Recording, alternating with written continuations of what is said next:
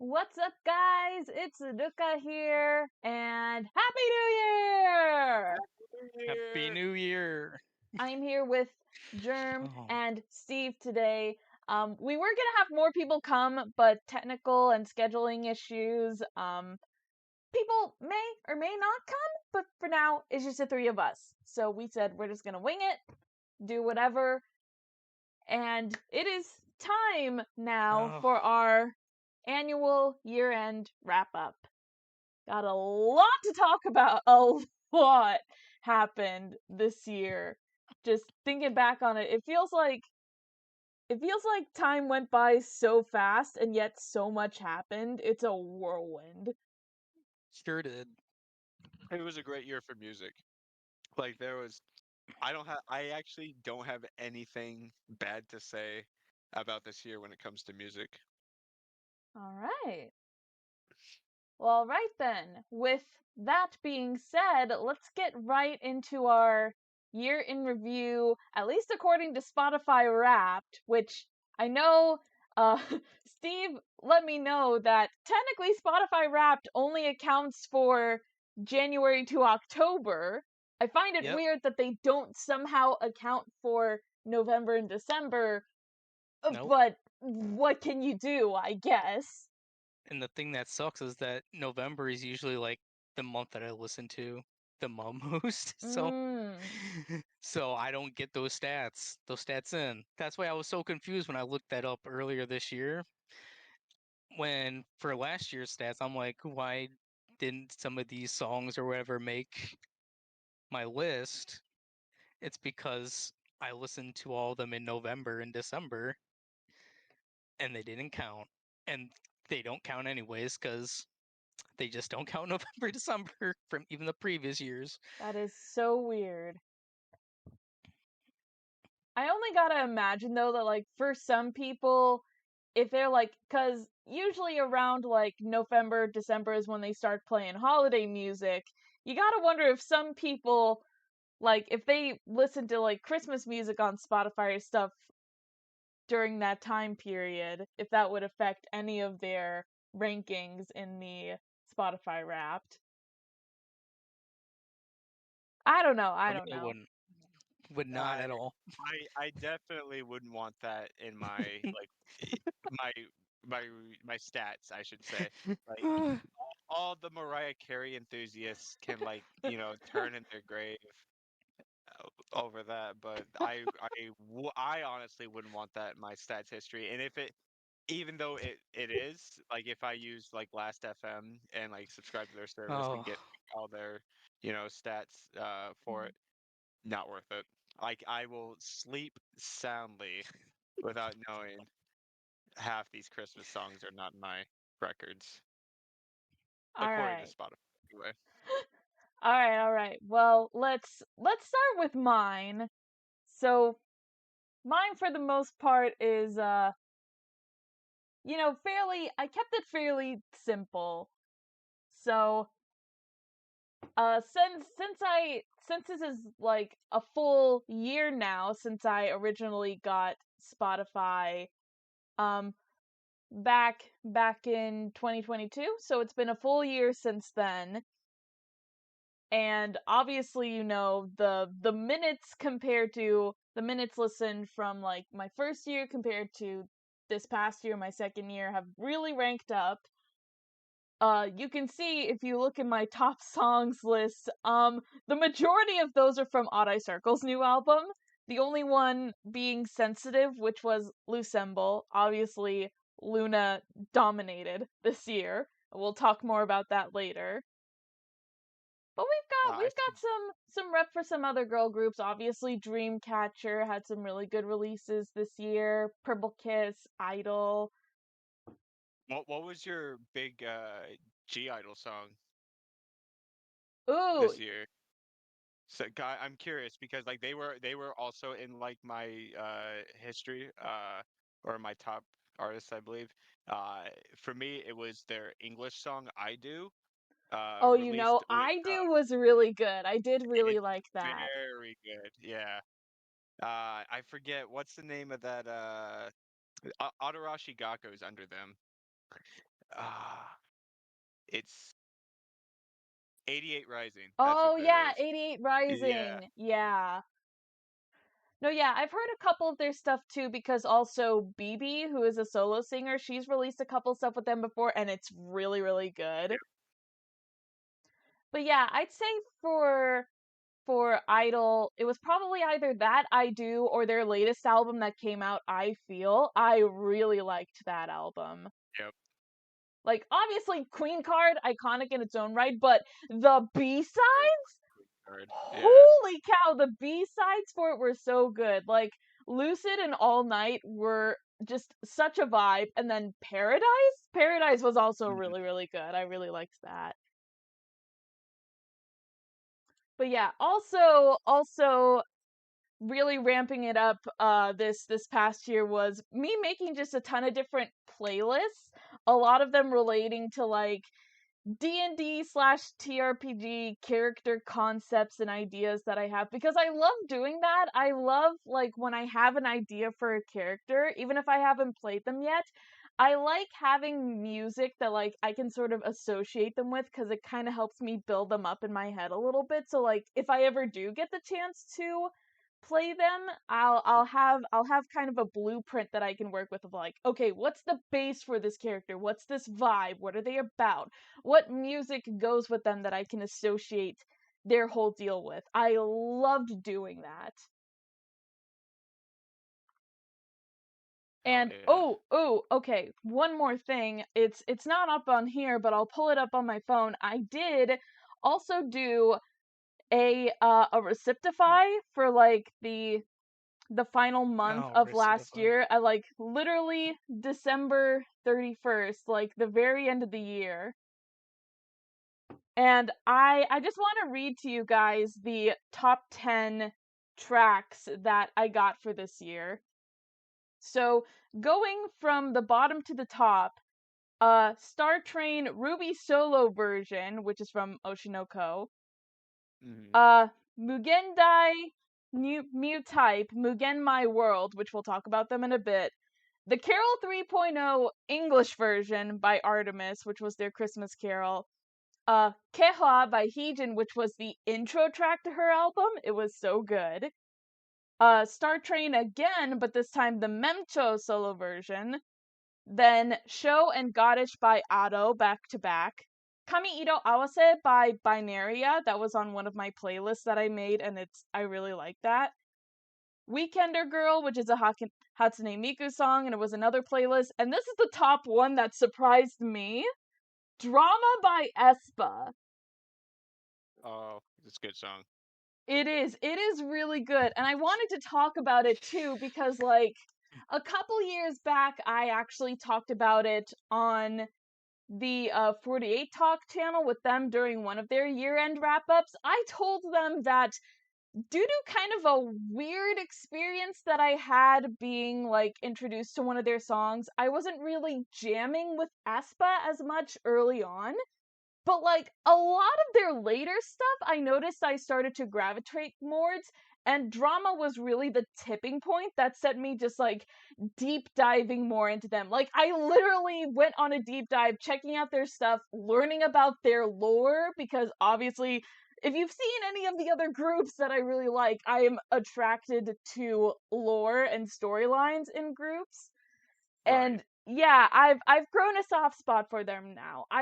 I don't know if I would say I'm a full hardcore fan yet because I'm still learning a little bit more about their music and the girls themselves, but so far I'm liking what I'm hearing now, and yeah, I've definitely warmed up to them. Even the earlier songs which I wasn't vibing with at first, I've grown kind of a soft spot for them. So yeah, if y'all are wondering now for aespa, yeah, I like them now. They're cool. They're cool. Their concept in general, I actually really like them. Yeah, it is super interesting. All right, moving on. Next, Steve, your turn to talk about your Spotify Yep. Wrapped. So, I guess my little headline that I would like to say for this year compared to last year is this is definitely the year of the bands for me. Um, as you can see, some of my top artists and then my top songs of the year. Um, in the next slide that we do get to, not just yet, but I will be comparing the stats from last year to this year, Mhm. just so more of a visual of the how different and how much more I've listened to uh, this year compared to last year. The one thing that I do have to say for the top artist, because November and December aren't added to um, the Spotify Wrapped, my actual top artist is Nemophila, Mm.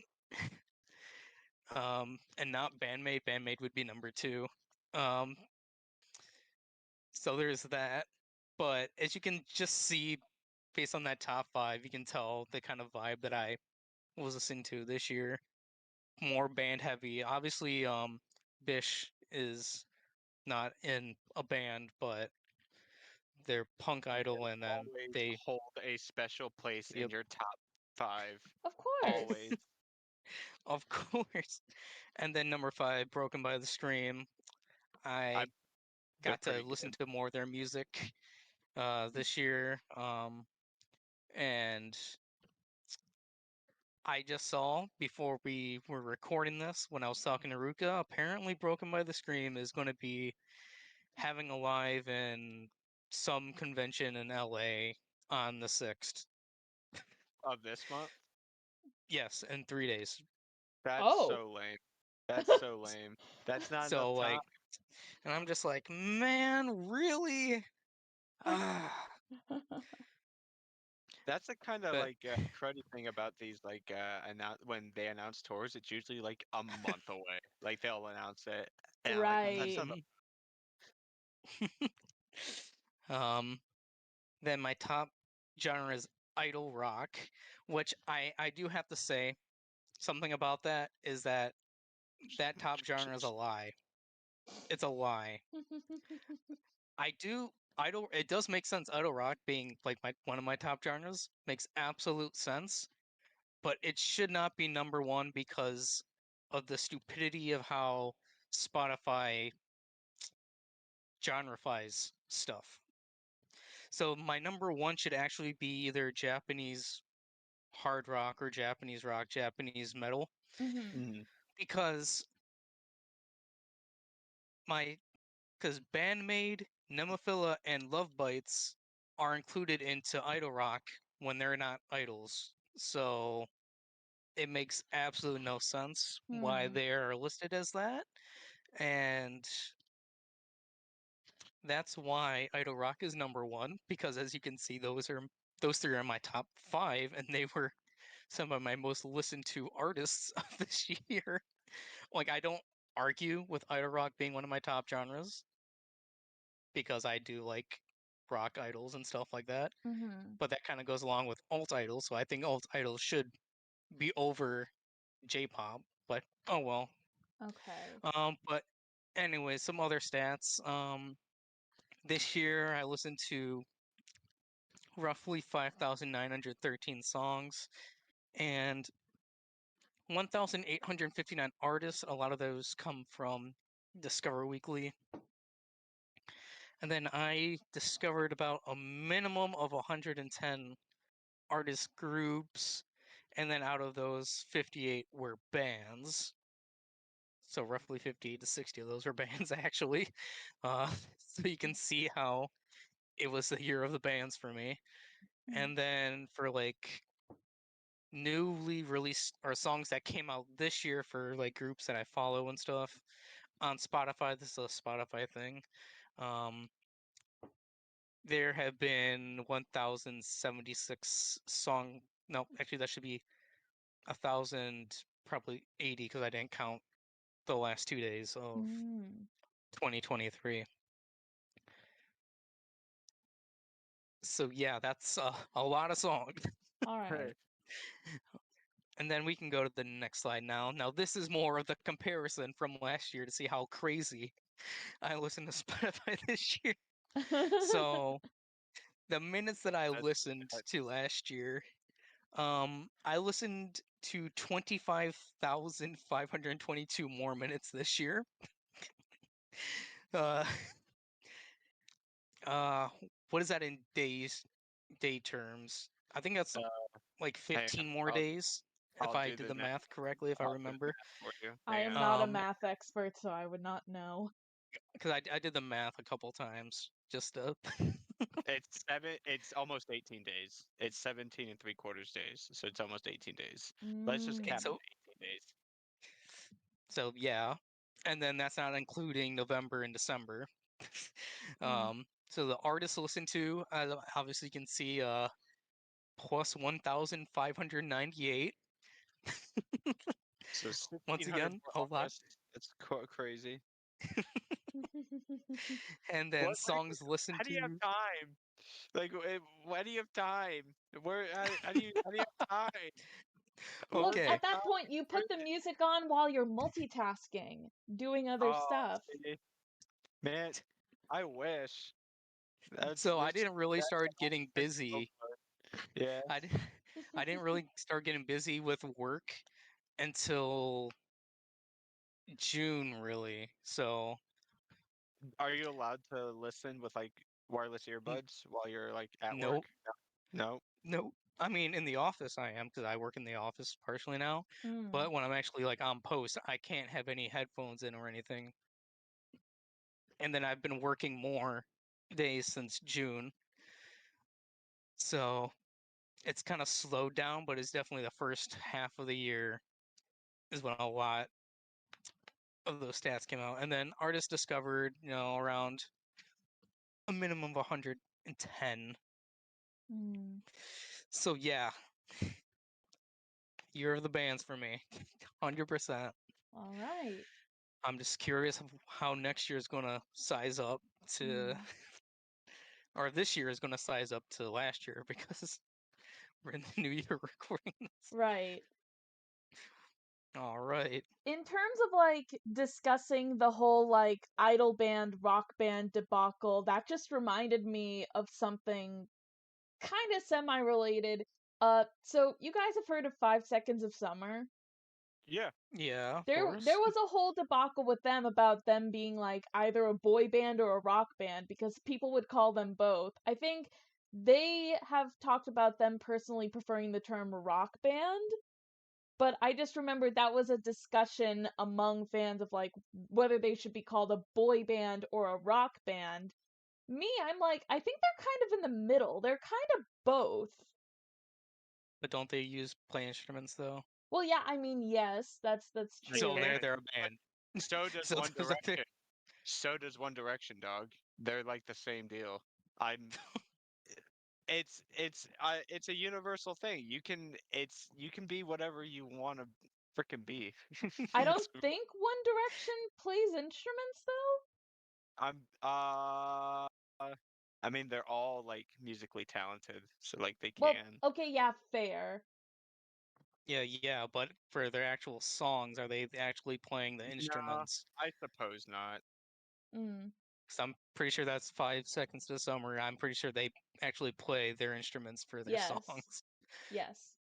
I suppose not. Hmm. I just thought that that was an interesting discussion. But yeah, moving right along with that. Germ, your turn. So like other than just the usual Sakamichi like stuff I'm always into. I love it. Makes me happy. Mm-hmm. Uh K-pop played a big role in 2023 for me. I got into it more. I like a lot of these older boy groups like Shiny. They came out, they did a comeback, and they Mm. killed it with their mini album Hard. Oops. Actually, I didn't want to do that. Damn it. That's right. I Uh, forgot they recently like came back. yeah. In the album for Hard, they came with a set of photo cards. Mm. Uh, you do know about like there are only four members now instead of five. You know about Jonghyun. Yes, I believe I remember hearing about that. Okay. Yes. Well, he's unfortunately not around or alive anymore. Mm. They included him like a younger photo, an older photo, a recognizable photo of him in the album, which I thought was really, Aw. gesturous, in good gesture to him. Mm. JYP released this. It's not in my top songs because it came out like what Steve said. It came out in November, so it's not going to be in my like my top stuff. But Changed Man, he samples "Take on Me." It is like the greatest thing I've ever heard, and in true JYP fashion, it's amazing. Like the dance, even like next Steve, next time you're at a Oh convention, my god. you're gonna see me and Emily do Changed Man. It's the best thing I've ever seen. And Oh. so New Jeans, they are like I personally think they are the girl group of 2023, my own personal opinion, Mm. because of the amount of Western influence they have, which is it's crazy. I Mhm. watched that New Year's special, the Dick Clark show. Is that what it is? Yeah. Then Yeah. that one's in New York. Yes, that Mm. I loved it. Every time I see Super Shy, I ball up. I can't. It's it's a great. It's such a simple song, but it pulls my heartstrings a little bit. Did they Mm. It's play that in New York? Because I they I only watched the ball drop and then just they went did. back to my room. They did ETA and then Super Shy. Yeah, ET and I while I like ETA, it's actually my least favorite of on that single. Oh, okay.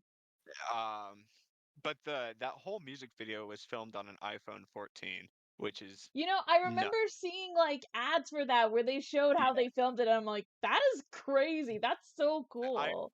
I want an iPhone 14 just for the camera. I don't care about the phone. It's nowadays you buy a phone for the camera and your camera is a phone. That's what Mm. it comes down to nowadays. And if you look at my top songs, number five, Alaska in Nagoya, that so I had that on loop for like a Who couple who months. is who is that by? Uh, Go Well, ahead, Steve. my group, That's Steve's group. Owen and JoJo. Oh. Yeah, Oh, me, okay. me and Steve were supposed to like perform that for a showcase, and we were just like, no, we can't. Steve was hungover, and I couldn't do it. So maybe one day, Oh, okay. I see. maybe one day. But it's a I very rem- good song. I recommend you check uh, it out, Ruka. It's a very you know Nagoya song. Okay shows the then. Nagoya love. The Yeah. Nagoya love. I have also in my top artist spot, Kakrio Terror. They are my favorite discovery of the year, so we'll get that later Mm. down the line. Okay, I saw Uh, that slide and I assumed it was you because you didn't put your name anywhere on it. So I my assumed. fault. Yeah. I was trying to kind of get everything done, and I got tired. Nah, it's okay. So It's okay. It's understandable. You that's two, you two were busy like getting drunk at New Year's, so I understand. Yep. I wouldn't say busy. There's been, it's been a rough couple weeks. So, but yeah, other than Sakamichi, there's nothing too outstanding. I think uh before we get into other stuff, I just want to, touch on this real quick. I think Hinatazaka needs to get their shit together because both Nogizaka and Sakurazaka are gaining a huge Western popularity increase. Huge. Mm. Nogizaka just announced a few days ago that all of their variety show content will be English subbed from Oh, here that's on out, right. I remember seeing that. and all of their Really? past episodes have been subbed. So every episode of Nogizaka Under Construction will be subbed in English, which is crazy. I noticed with Sakurazaka, they do it sometimes on their vlog channel. A lot of the newer stuff doesn't get subbed right away, which is I'm curious if they have like their own team of people who go in and do it Mm. later on, or if it's like what YouTube used to do and let people sub the content for them.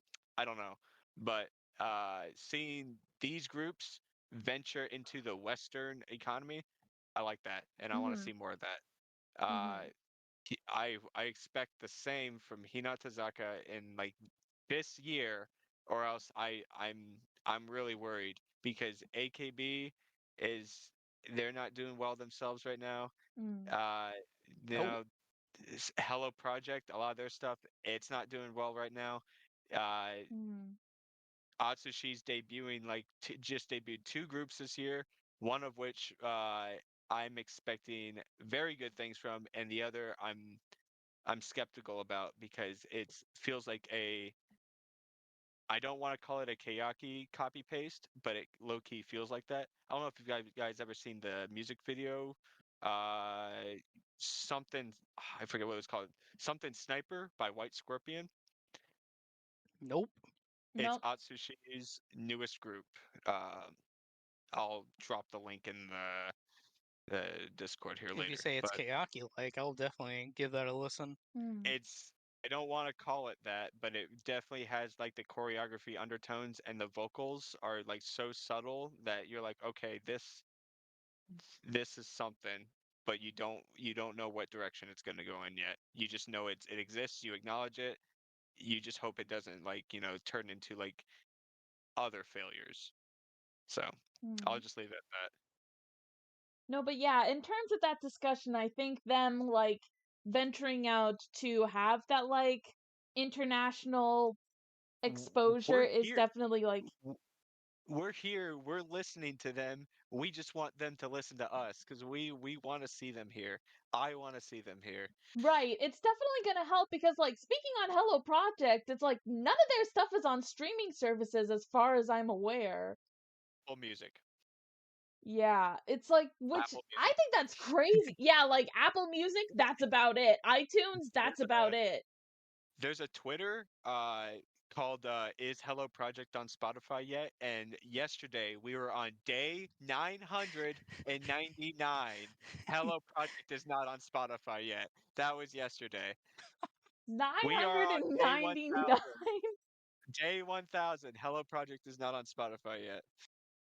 That's And that hurts. crazy.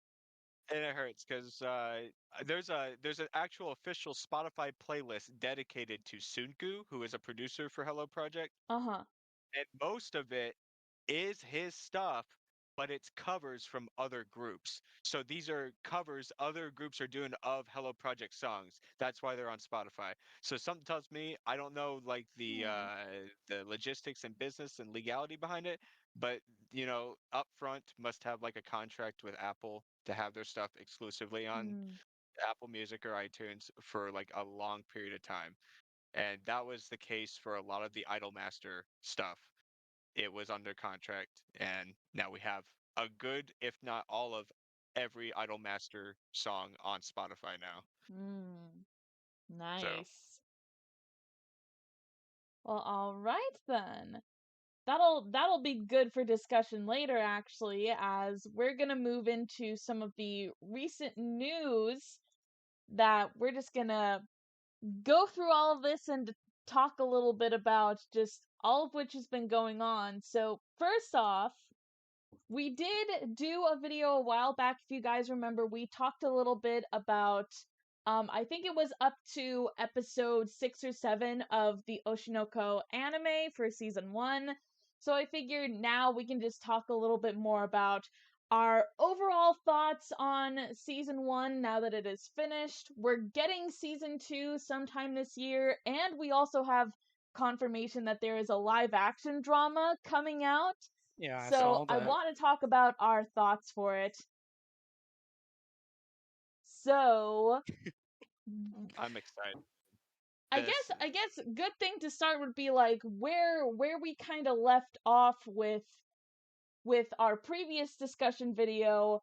Obviously they patched things up with Akane after the fallout, everything that happened to her during the reality filming show.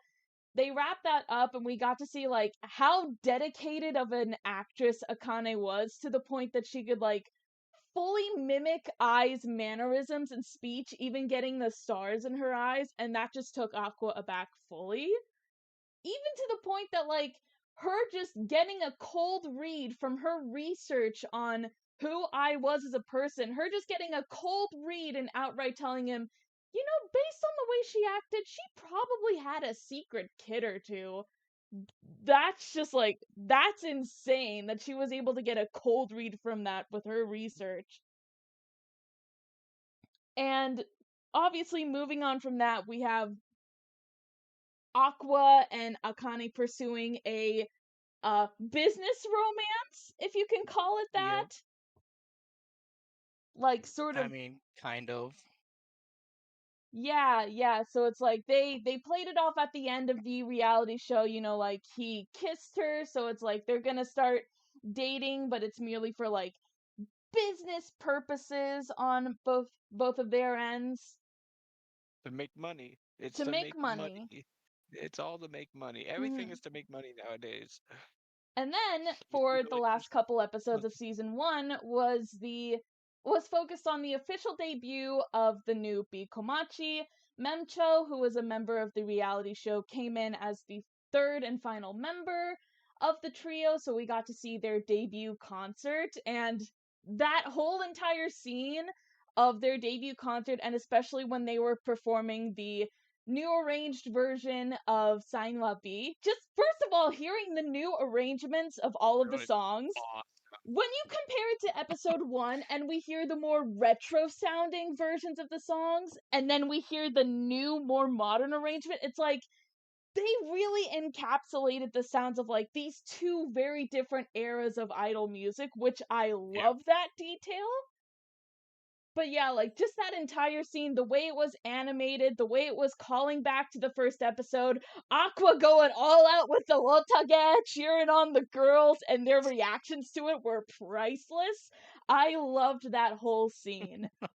And then obviously later on setting up for season 2, where it's going to be focused on a stage play that Akane, Kana, and Aqua are all going to be in. And just based on this poster, I'm really curious as to what else we're going to get, because Memocho is also in this really cute idol outfit that we haven't seen her in yet, so I'm really curious what they're going to do for that. So yeah, what do we all think? Thoughts? Oh Predictions? man. Steve, if you have something to say, I'll let you go first.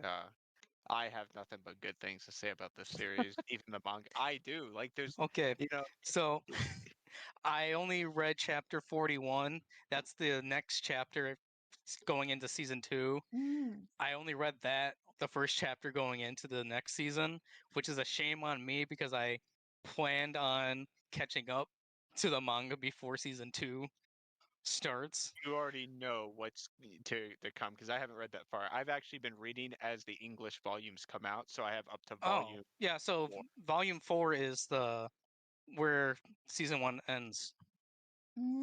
Okay. But overall, I didn't came into this show without doing any research other than all I knew was about idols. That's the only thing that I knew coming in, Mm-hmm. and the show blew me away. My expectations were blown. I Mm-hmm. didn't expect it to be, especially that first episode that happened, Mm-hmm. blew me away. But then just seeing, like, even though it is like a idol anime, I still feel like it's more entertainment driven because they're doing the different forms of like the entertainment industry. Obviously, Mm-hmm. you have the idols, but getting to see all like the stuff that goes on in the background with the Lee-chan. dramas, the reality shows, Mm-hmm. and then the back background to the like the idol stuff. But and then next time we're going to see stage plays and how what's going on behind the scenes for stage plays.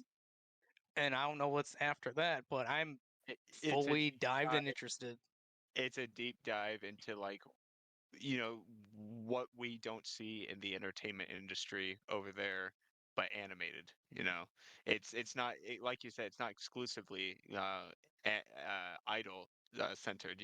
We have everything involving Japanese entertainment happening in this series. Mm-hmm. So I'm just looking forward to season 2. No, Or should I yeah. say I'm looking forward to the manga and then seeing season 2 afterwards. Right. As a theater kid myself as well, I'm very excited to see how else they deep dive into the theater world as well. But yeah, as you guys can probably also see here, I had posed a certain question for all of you around here. Oshikara wa dare desu ka? So who is your favorite character? So I'm really curious to hear from you guys. I really like Aqua, like a lot. Oh, Aqua. Okay. Yeah, Oh, he's he's so toxic. oh, you you you don't get him. You don't see him like I see him. Oh, Okay, okay, okay. yeah. So mine's Akane. Even though it Ah. should be Kana because of the red hair, but for some whatever reason, even though I like red hair being like my favorite color, for whatever reason, the Oh. blue-haired characters somehow always get me Mhm. coming back to them with Rem first, now Akane. I don't know what is with blue hair with at least anime characters that get me drawn into them, but mine's definitely Akane. It's not even blue. It's more like a teal. Like It's dark like I bluish. see it though. I see it. it's like ocean seawater. That's blue. No, it's only blue because no. Well, all right, all right. Mine, Ouch. and I don't know how much of a surprise this will come to you guys, but my character is actually Memcho. I had thought about it for a while, and it's like, oh, it's Memcho. Okay. I love her, especially after we get her backstory. Because obviously when we're introduced to her, she's like, oh, she's like this high school influencer TikToker. She knows how to work the algorithm. And I'm like, okay, she's cute. I get that. I can see why she would want to pursue a career as being an idol. And then we get her backstory, and it's like, oh, She is an she's adult, dog. 25. She's Yeah, an she's a adult woman. grown ass woman.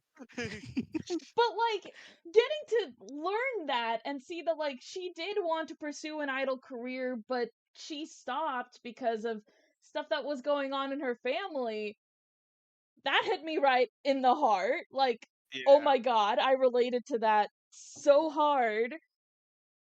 Because I can understand that, I've talked about it with you guys. I do want to go into acting, into theater, but with stuff like the pandemic and stuff that's been going on in my life, I haven't been able to pursue that. So I totally vibe with Memuto. Just seeing her wanting to pursue that career, and also the scene in the finale when she heard about when Kana had a crush on Aqua, and the image processing in her head of, oh no, Kana's in love with Aqua, but I said I was gonna support Akane with Aqua. Whose side am I Yeah. supposed to be on for this? I love that. I love her so much. So yeah, like I said, very excited for that, and very excited to see what the drama is gonna be like, especially with the cast that they got.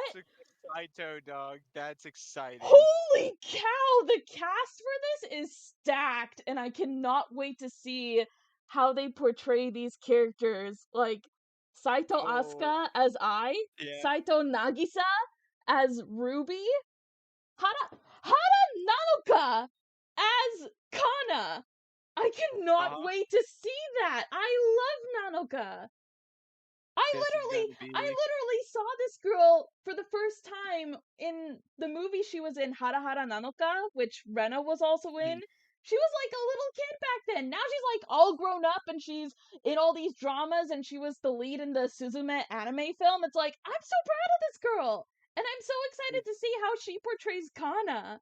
I It's gonna be cannot a real wait. fourth wall break for sure, in my eyes. Oh, you know Like, what? Yeah, because Kana was also it's like a child actress. uh-huh.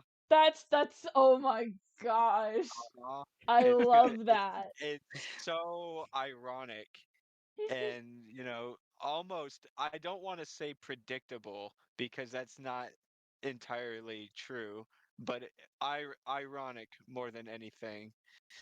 Hmm. That's I'm Like it's thrilled. fitting. They definitely picked like actors and people that I feel like based on their backgrounds, each of their different backgrounds, I feel like they're gonna fit their characters really well. Oh yeah. But yeah, like the irony in that, I do find that really, really interesting. So yeah, just all in all, cannot wait for that. I wonder who's gonna play Akane, Oh, you know what? or Yeah. those, or should I say all the reality show I don't cast? think they dropped the full cast yet. No, they They didn't. Right. yeah, They dropped like some of the names for They like the just dropped the main main characters. cast, yeah. but I don't think they confirmed anything for like Akane and the other characters who are I'm part of. curious. All right. But yeah, moving on to another anime that came out recently this year, Million Live. I'm behind. Oh, you're I'm behind? so, I'm so behind. Never Like seen it. you're missing out. But no, you are because the CG is amazing. It is. It's actually really good. The 3D animation it really works out, especially because they only 3D rendered like the important characters. Everyone else is 2D, so Mm-hmm. they stand out, and you're not distracted by like anything else. Mm-hmm. It's good. Plus, like, they blend really well together. Like, Oh you God, think back yeah, to something like Bandori season 2 when it like made the transition to CG and they still had like a lot of the supporting and background characters as 2D.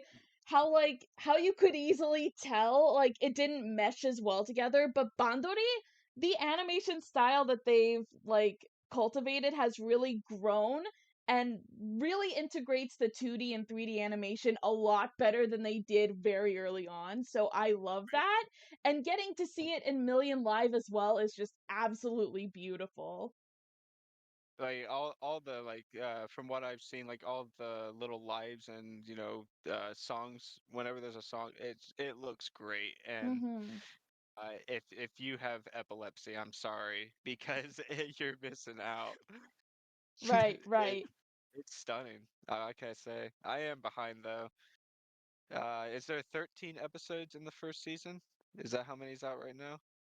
Uh 12 or 13, I think. I can't 12. remember. I'll look it up really quick. But I Uh, finished it. I watched it with my friend Sky because we were excited about it, especially because in the cast there were like a bunch of names that we recognize.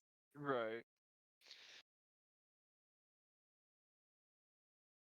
So, yeah, and for me, coming as someone who, like, although I'm not as well versed in Million Live, I loved the original All Stars season. Like, that was how They, I got into the show. yeah. That was how I I think got the into the seasons. franchise as a whole, was through the All Stars in the original anime. So getting to see this new cast of characters and getting the little like callback moments of like the OG cast coming in. When I tell Yeah. you I like screamed for joy when I saw the OG producer interacting with the new producer, I was so happy. Oh, it's like the passing of the torch. Right, right, exactly.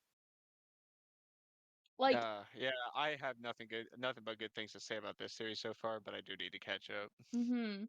Like it really does feel like a legacy season with everything else, with like the spin-offs like Cinderella Girls and Shiny Colors I don't know much about, and Side M as well. It's like Oh, they're kind of their own awesome. standalone things, but they still like make references to the other series and each other. But like this feels like a proper legacy like sequel coming from how closely integrated like Namco Productions and the Namco All Stars are in Hmm. relation to the Million Stars. Is like it really strengthens that connection to it. And yeah, I just checked. It is 12 episodes. Well, I want a remake of Cinderella Girls because that anime was awful, and I want a new Shiny Colors anime real bad. I love Shiny Colors so much. It is the music from Shiny Colors is like none other. It's not better than anything like you've heard from like All Stars or like Million Live has like obvious better tracks. Mhm. There's a fine balance between all the Idol masters, and they all they all have their really good songs. They all have their really bad songs, Mhm. and it's you can't compare them. There are you could it's not the argument that you can have with Love Live, where one season is way better than the other, and one it's it's Mhm. all good. I can't find myself to an Idol Master series over another. Right. Like Cinderella Girls, I'm not as well invested into it. I don't even remember like finishing the series. I think I dropped off from it kind of early It was on. bad. The anime was so bad. A1 did the anime dirty. It was so bad. Hmm. I didn't like it. I'm sorry. I didn't mean to Mhm. cut you off. I was It's just all right. upset It's about all right. And then stuff like Sidem with the male idols and Shiny Girls, I'm not super familiar with. With Sidem, at Mm, least there are some characters that I know of because they come from previous iterations of the franchise. But Shiny Colors, I'm like, I have no idea about them. I know I've seen some of the characters from the Starlit stage game, but that's yep. really about it. I don't know anything about them. The Namco All Stars is really the one that I'm like the most intimately familiar with, and then Million Live is like this was super interesting, and I liked seeing all of these characters. Obviously, with a large cast, it's gonna be hard to focus on everyone because taking out the OG cast, which is like 13 girls, and then some of the supporting characters, the Million Stars is 39 girls. So, like, that's a lot that you're not going to be able to focus on all of them in a significant portion of detail in just 12 episodes. But there were characters that like, if they had a spotlight moment, it's like, oh, this is nice. Or if some of them were like really funny, it's like, okay, that was a good laugh. So it was cool though, as like coming as someone who's not as familiar with Million Life, being sort of an introduction and knowing a little bit about these characters, at least through their VAs in some respects, is like, I liked this. This was good. Very good. I already said what I'm not gonna repeat myself. I love Idolmaster. It's good. All right, all right. It's good. Moving on to next with Bang Dream. A lot of stuff happening with this. Obviously, the mega update that recently happened at the end of last year with Bangdori, with the new update for it, with all the new character designs, with everyone kind of moving up a year. We're heading into season 3 now in the game, and some of the members going to college and stuff like that.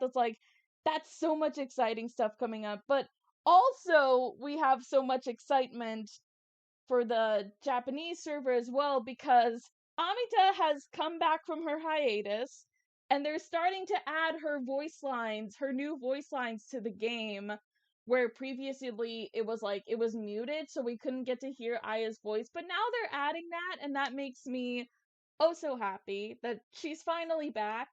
And hopefully, once we're caught up with everything on the JP server, we'll get to hear some new Pastel Palettes music soon with Amita.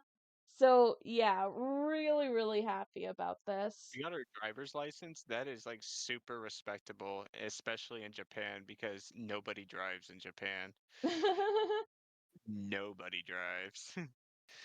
I Yeah, mean, you can yeah, get you your can. driver's license, but not drive. So they call them paper drivers. Oh, really? Yeah, that's what they call them because they have the paper license to drive, but they just don't drive. Oh, okay. But yeah, you can see You from the screenshot that I took up here, she had a little update on her Instagram live talking a little bit about like stuff that she was doing during her hiatus. Her like obviously the new hair looks so good on her. It is oh so nice. She cut it short and she like dyed it this certain shade of black, where she mixed like, I believe what she said was it was a mixture of blue, silver, and black to make that specific hair tone color. She like, I believe how she explained it was she bleached it she had bleached it at one point, and then she did the black, and she was talking about like, if in the future for Alive I would love to dye it pink, which like obviously, considering Aya's character and the pink hair, like Aya and Amita essentially, it's like Aya is Amita. It's like it very much feels like, this character literally is meant for her to play. So to see Amita with the pink hair, I would love to see that in the future. And then also, you can see in the screenshot, she got a little kitty. So she's got a little pet cat living with her now, and it looks very cute.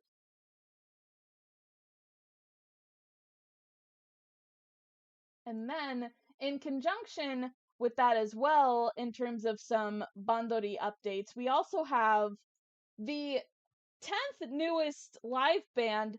This is the 10th band overall. This is the 7th live band to come out with them, Mugendai Mu Type. So this is the VTuber band. If you guys remember this, they had announced a while back that they were gonna do a like virtual VTuber type band concept. We didn't hear anything about that for a while, but then they finally came out and it's like, here they are, here are the girls, we're gonna release a song for them. And then the girls have like started streaming now on their own YouTube channels and stuff like that. So we finally have something from this.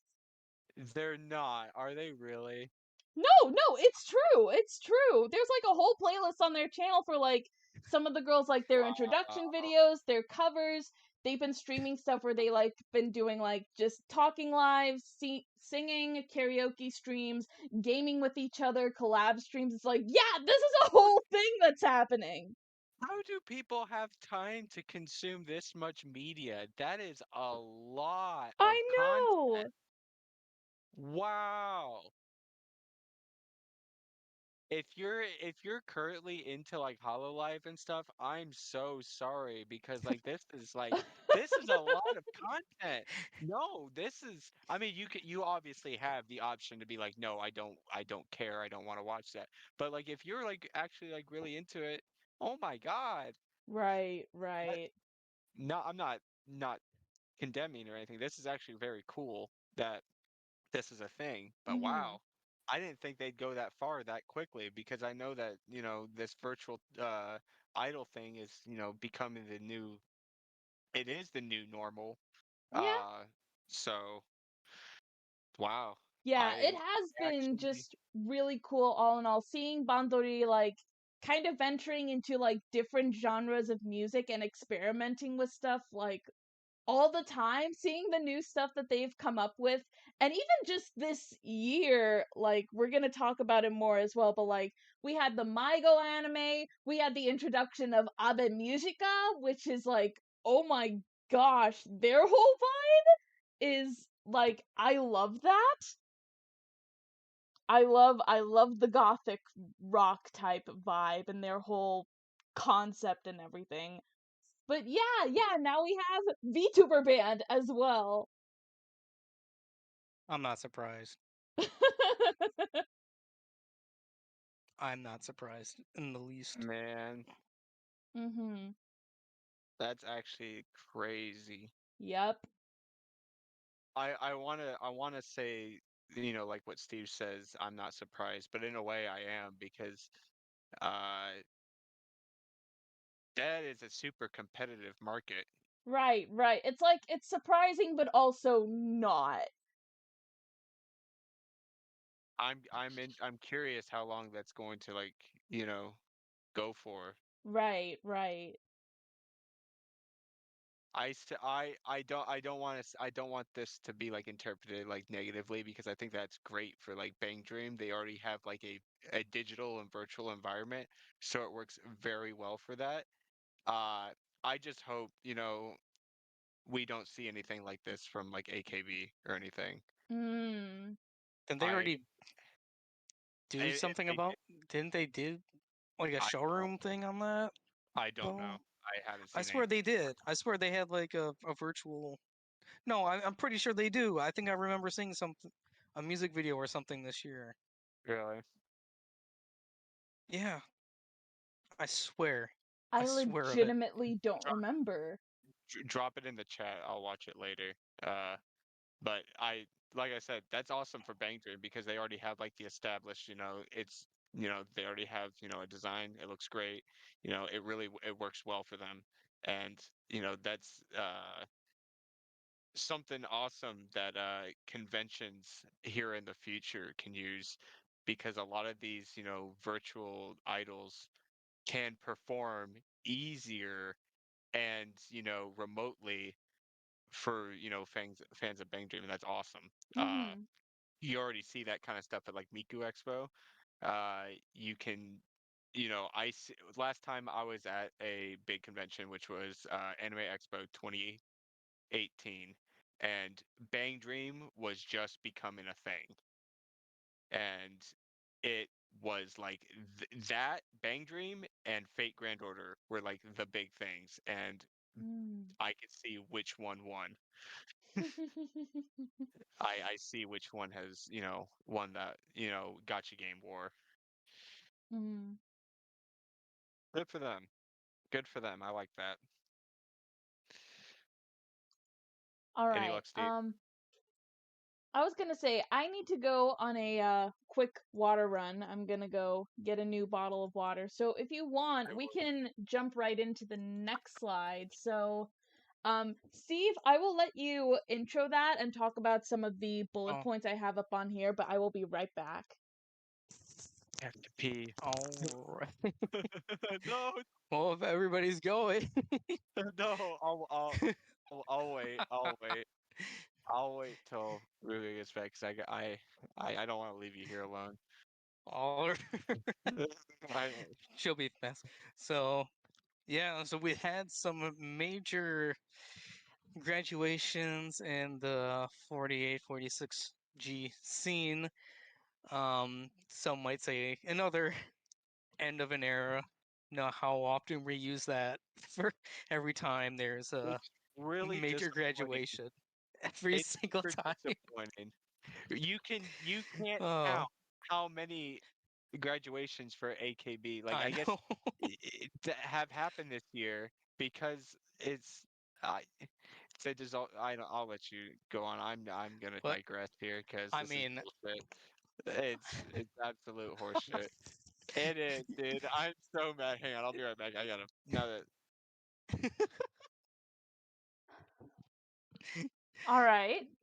so I was just starting up a little bit and saying, well, how we say another end of an era every time we get a major graduation. How many end of eras are we gonna get?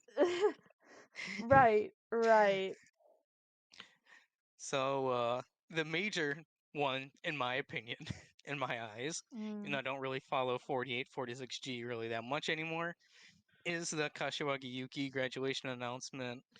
Um, as mm. she's third gen, been with the group how many years? Oh my god. Well, How third gen over joined in late 2006. So 18 years? 17, 18 18? years? Whew. That's a long time.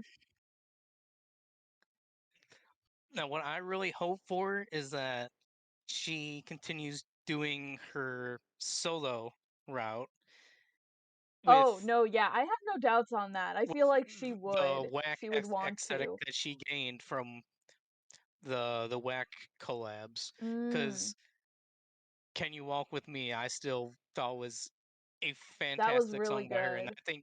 I think that's the vibe that she should have going on forward if she does continue doing Mm-hmm. uh, solo works. Obviously, she might do the cute side because she says she's always going to be an idol. Um, Right. but I really hope she goes towards that side, and then I could see her going the variety show route, like variety show anchor, or Oh, I could even see that. Tadaima. her going into Variety. acting. I could see one of those two if she's not going to Mm, continue for a solo artist. Um, yeah, so that's definitely the main one for me. Other people might argue for Hitomi Honda because of how immensely popular she is mm-hmm. in the West, I should say, compared to any other 48 other than Sakura and Right, Nako. right. Um, but her graduation doesn't hurt me really at all, if I have to be honest. Mm. um, It all hurts but me. Every single tweet hurts me. Every single tweet from J-Pop News Project saying so and so has announced graduation from AKB48, and it could be like some fucking trainee, and I'd still be upset Mm. because there's like yeah, because of them. there's no blood left in this damn group, dude. There's They're nothing. thinning, but they also, I think they announced another gen. I think they're gonna hold auditions for another gen, Oh, if I remember yeah, I think I correctly. remember hearing about that. We're at like what, 19 now? 18 or 19? I think 18, so I think it'll be 19th gen, if I remember correctly. Uh-huh. I I don't But expect keep up yeah, with them that much anymore I either, don't so either. like it's I expect crazy. this next single to be something fan fucking tastic because that last single was so mediocre. Did not like it. I agree with that. It I was agree. it, I it didn't care had for Idol Nanka it had Janai or your whatever you AKB call it. sound. It was okay. Nothing more. It the lip gloss and I can't remember the name of the single that came after the lip gloss. Uh, was amazing. Great.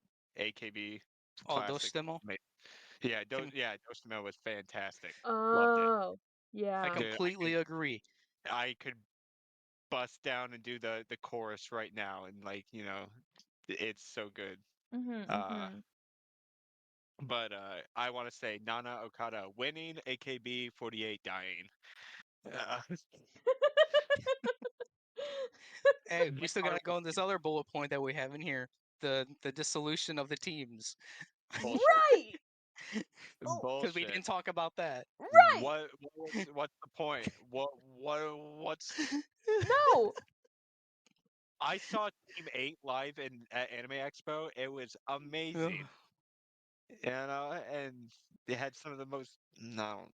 Let's go on, Steve. It I'm sorry. makes it I makes keep digressing. absolutely no sense. I You See, like, here's the thing. Here's the thing. In Teammates' case, I could only really see them going two ways. Either they pull a Hinatazaka and, like, branch off to become their own separate group, or they dissolve, or they did what they did and they dissolve and, like, all the teammate members are separated into the different teams.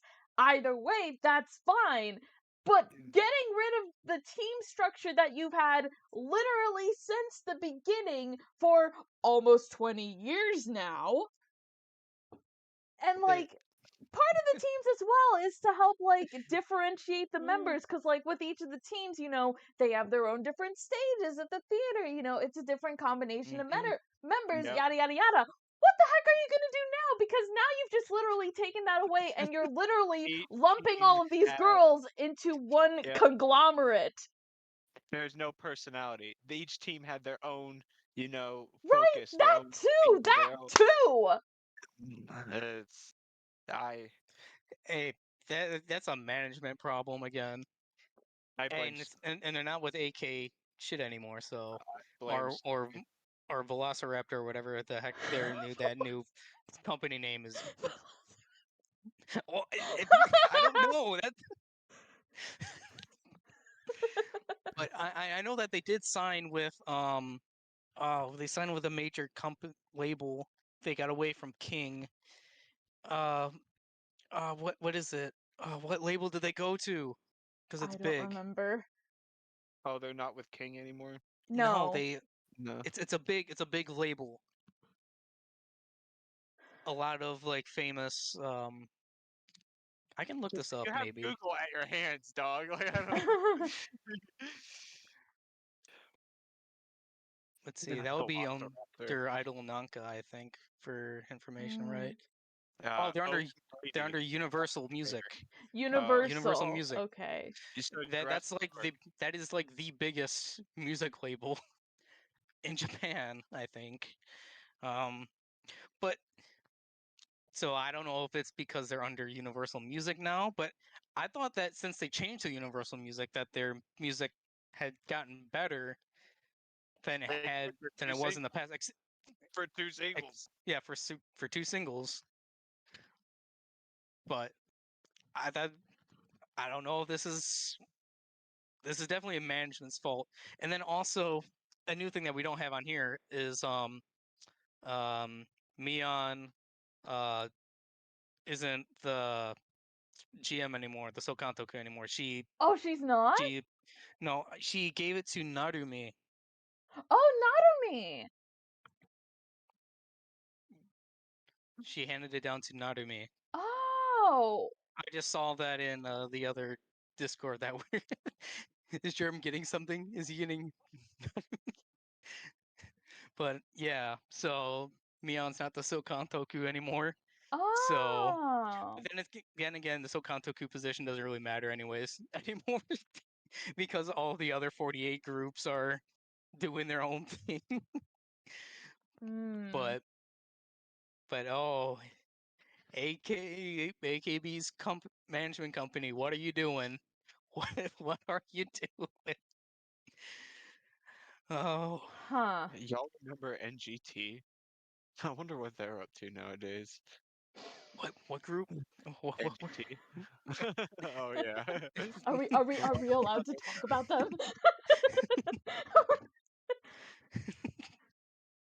Okay. Oh, All jokes aside though, no. continuing on from that, HKT as well had an iconic duo announce graduation recently. Yabuki Nako and Tanaka Miku. Nako graduated in April. She's doing acting stuff now, doing like dramas and stuff like that. I haven't seen the recent drama that she's in, but every now and again I see on like my subscription box the preview for the next episode of the current show that she's in, so I'm like, okay, good for her.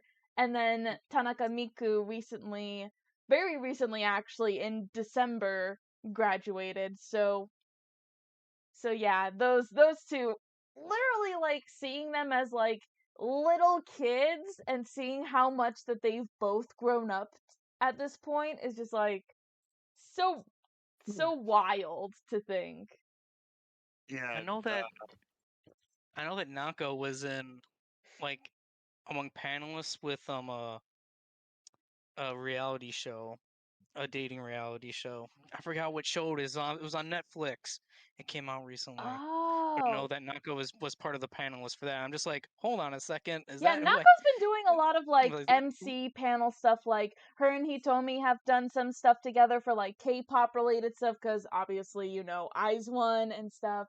They've done some stuff with Yena together. Like Yena, because she had her recent Japanese debut. She was like on some variety shows and they did some stuff together. There's a clip of them dancing to Fiesta, the three of them, and that made me so happy.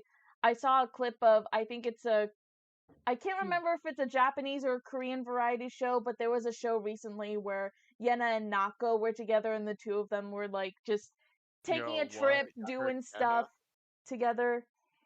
I love Yenna. Yena is awesome. I cannot wait. Super talented. They've confirmed the air date for the third season of Girls High School Mystery Club, so that's going to be in May of this year. I I have cannot to wait for watch that. that. I have to even start that. I love Yenna. Oh my gosh. So talented. We should have a watch party, you and me. Totally down. I'll watch Yeah. it. Love Yes. Yenna. And the fact that Olivia Rodrigo wasn't even mad. Oh, she wasn't even mad. Right. That was a Oh, whole thing. That was a I, whole thing. uh, I digress. Uh, Mm. I wish Mike and was I'm here oh because he could yeah, talk I more know. about Sakurazaka. Well I I can't give any real input except for maybe Kobayashi Yui. Like, she was one Yeah. of the faces, But uh Mike, where you at? I'm calling well, you. I'm sad with Habu because Habu Yeah. was one of my favorite members in Keyakizaka Sakurazaka. Well, to be fair, So Michael, although he couldn't be here with us today, he did leave a little message in the notes, and it says, "Why did Yuipon have to announce her graduation mere days after Habu already graduated?" TT. Which, Yeah. like, I get that. That Yeah. definitely hurts, especially since they're both first gens. Uh-huh. But yeah, just wow. Did you guys listen to the song that they released recently? Kimi ga sayonara o ieta tte? Was that part of the single? It has like the cover photo of Yuipon from Shonin Yokyu, but Well, I I think haven't they listened kind to of it released yet. it as It's its own like separate yeah, thing. I saw it. I haven't listened to it yet. Nope, have not listened to that. It's really good, guys.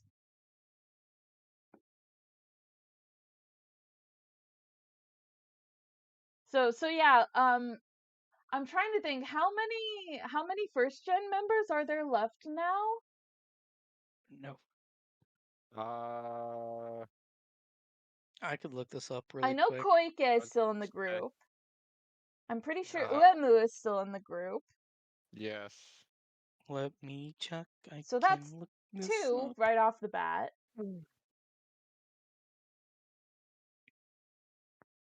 I'm seeing 4. Oh, four? I'm Yeah, seeing there's Uemura, Rina, Koike, Kobayashi Yui, but she announced the graduation, and then Saito Fuyuka. so three since it'd be three. Oh, yeah, Fuyuka, that's That would right. be Ruka. Saito Yeah. Fuyuka. Right, right. Oh gosh. Honestly, I'm kind of shocked just seeing Fuyuka and Rina still being there. I'm shocked they didn't grad sooner. They I love it. Mm, They love it. I love mm-hmm. it. It's like it's what I was saying the other day, man. When you had your little drunken tirade in the Discord chat there. Sakurazaka is its own like thing now. Like they don't need to look at Keyakizaka and still hold that. Uh, they're doing something new and different, and they've established their own identity. And I think everyone involved with it likes the direction it's going. Mm. Right. Like obviously we've talked about it as well, even in our own reactions, like me and Michael as well. It's good to see them that they can still honor their own past, but also seeing them move towards the future and establishing this like new identity, new sound for them with stuff like Start Over and then going into Shonin Yokyu is just Yep. so nice to see from them. Dude, Irie was great in that music video. I was Mm, so happy they had third gen members in that. It looked amazing. heck yeah. Uh,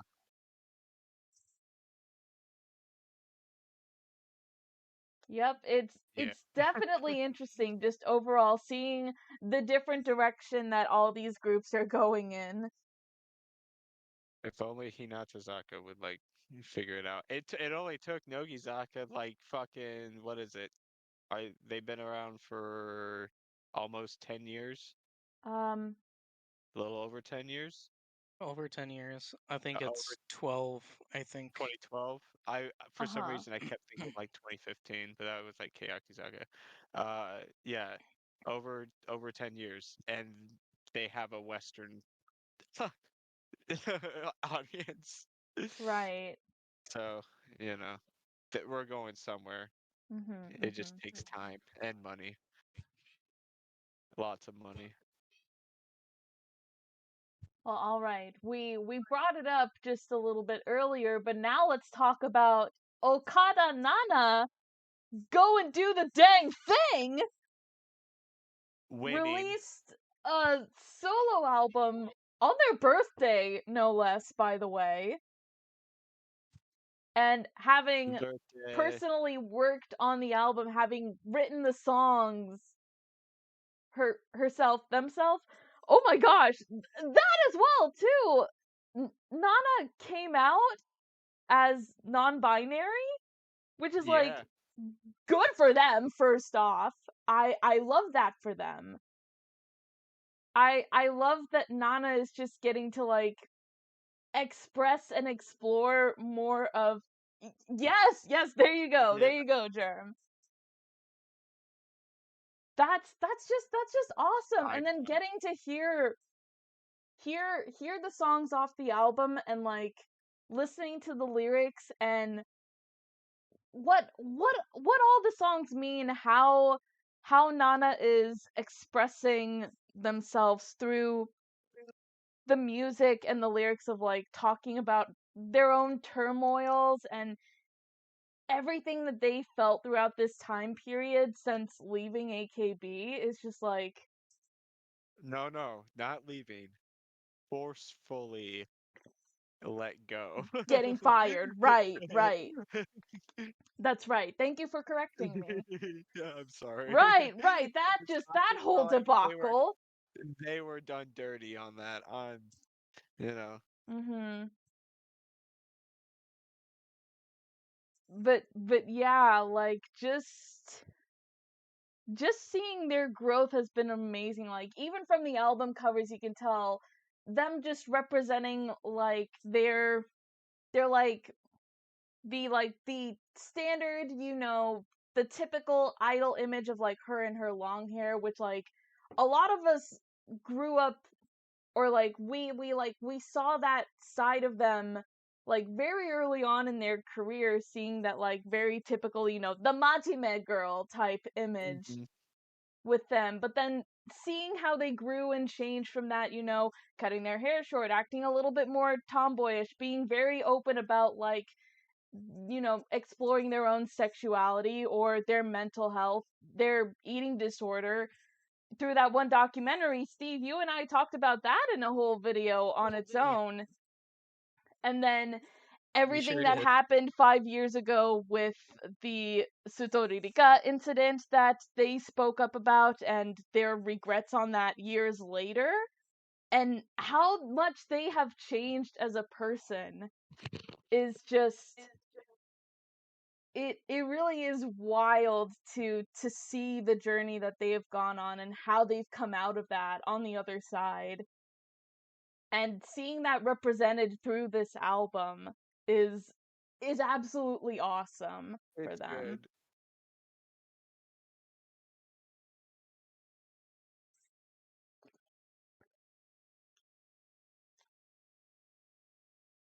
The one thing that I'm kind of upset about though, it's not on Spotify because I believe it was an album only exclusive, but Nana actually did an English version of one of her songs from the album, Silent Mermaid. They did an English version of that. So I want to be able to hear that, but I believe that since that's an album only exclusive, you have to buy like I believe it's the CD only version. I forget which version of it is, but it was like The it was an exclusive. check Yeah, yeah, Amazon real that's quick. it.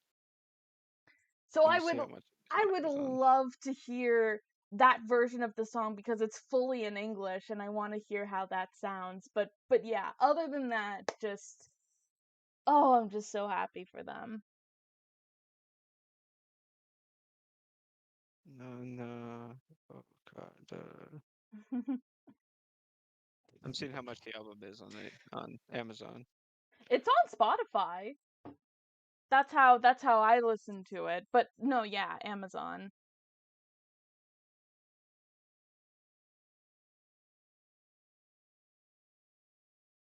Oh, well, I gotta have the one with the Blu-ray in it.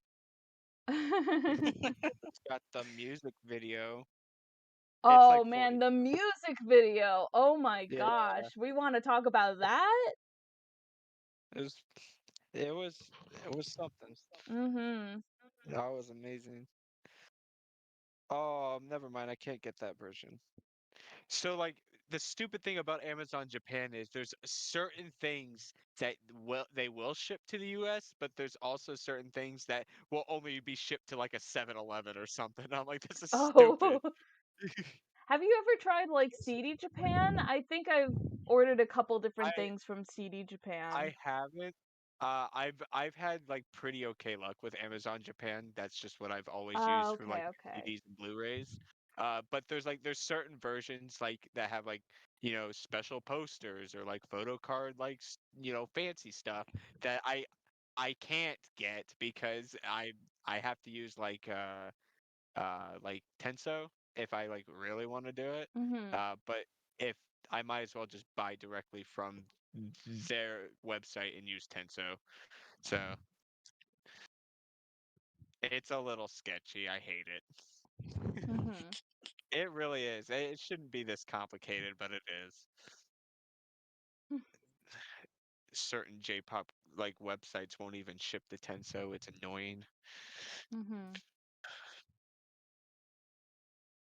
But yeah. Well, all right then.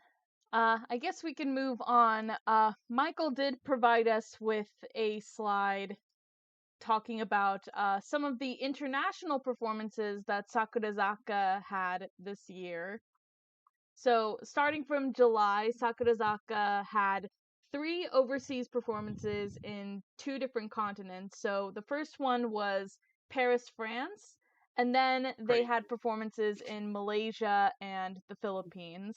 The Not Philippines so crazy. performance was for the Asia Artists Awards ceremony, which a lot of K-pop acts also went to.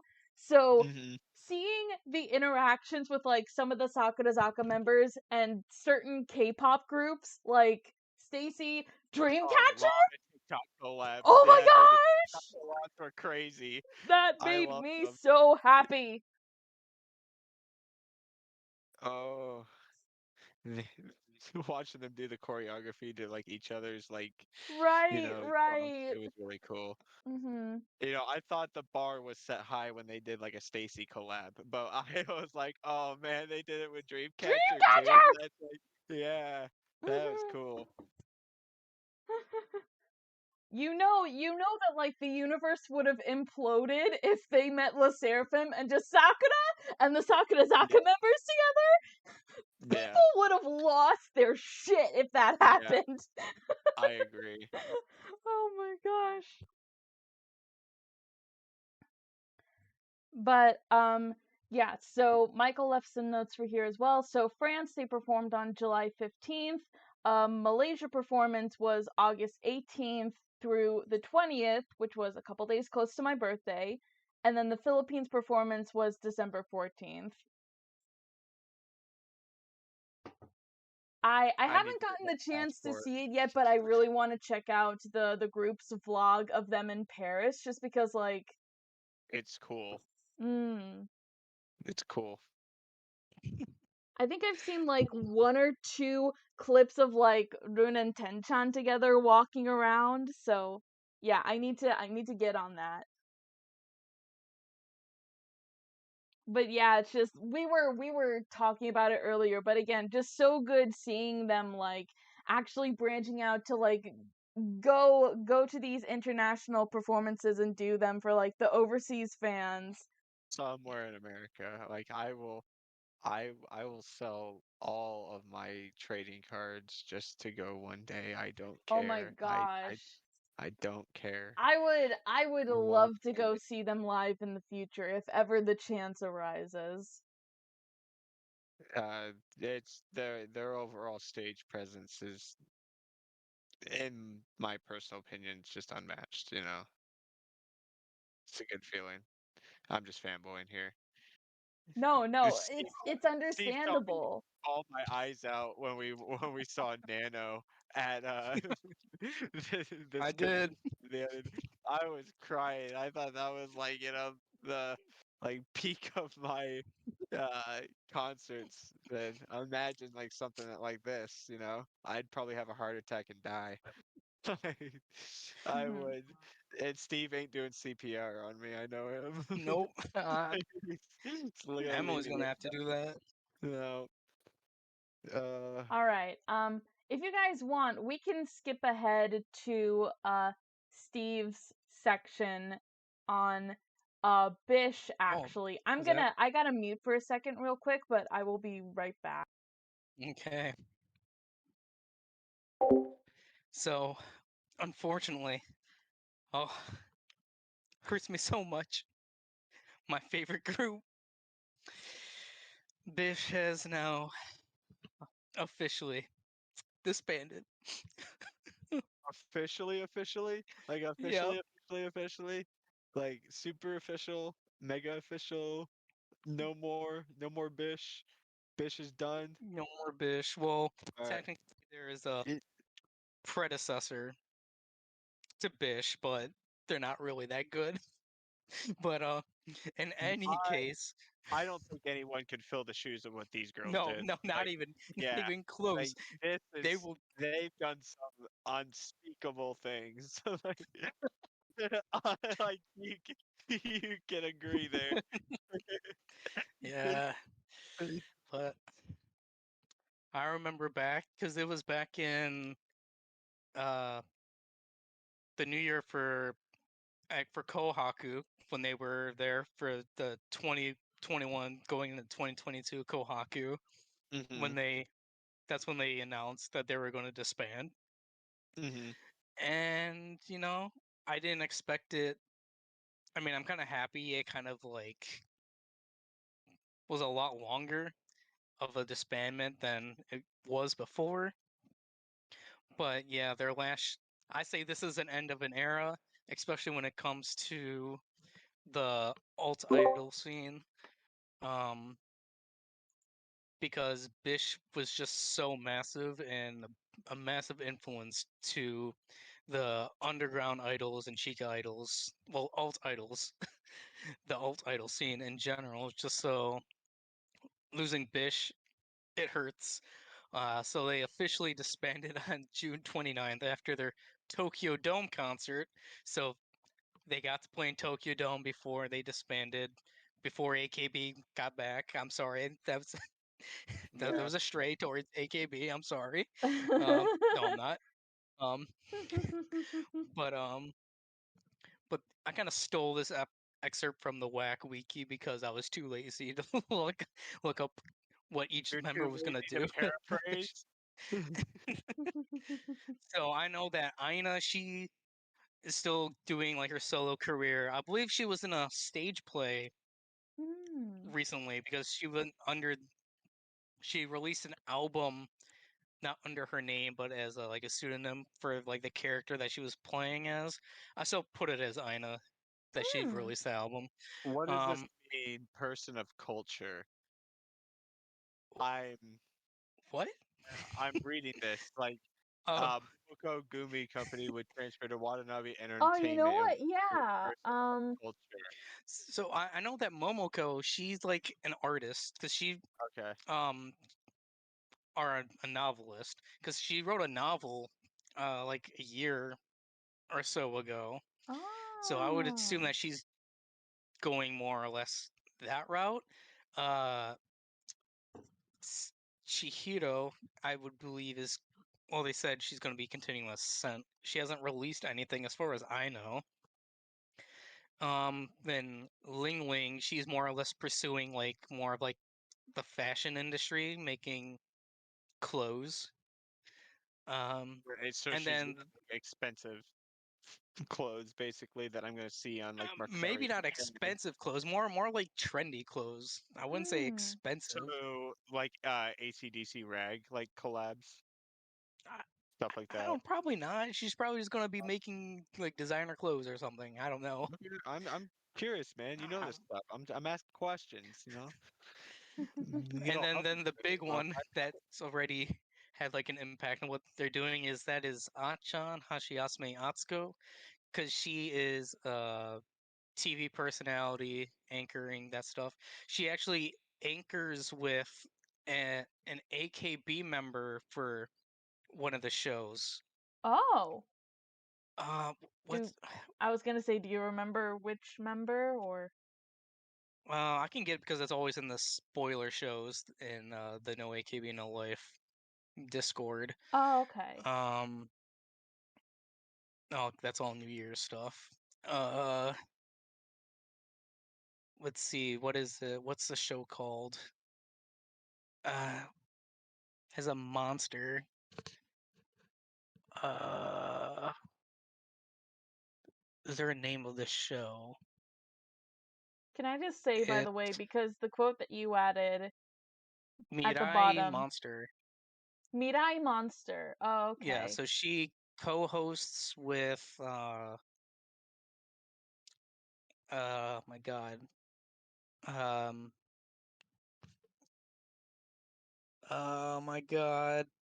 Why Their can't I their forget her final name? single, their final single hit #1 on the Japan Billboard. That's crazy.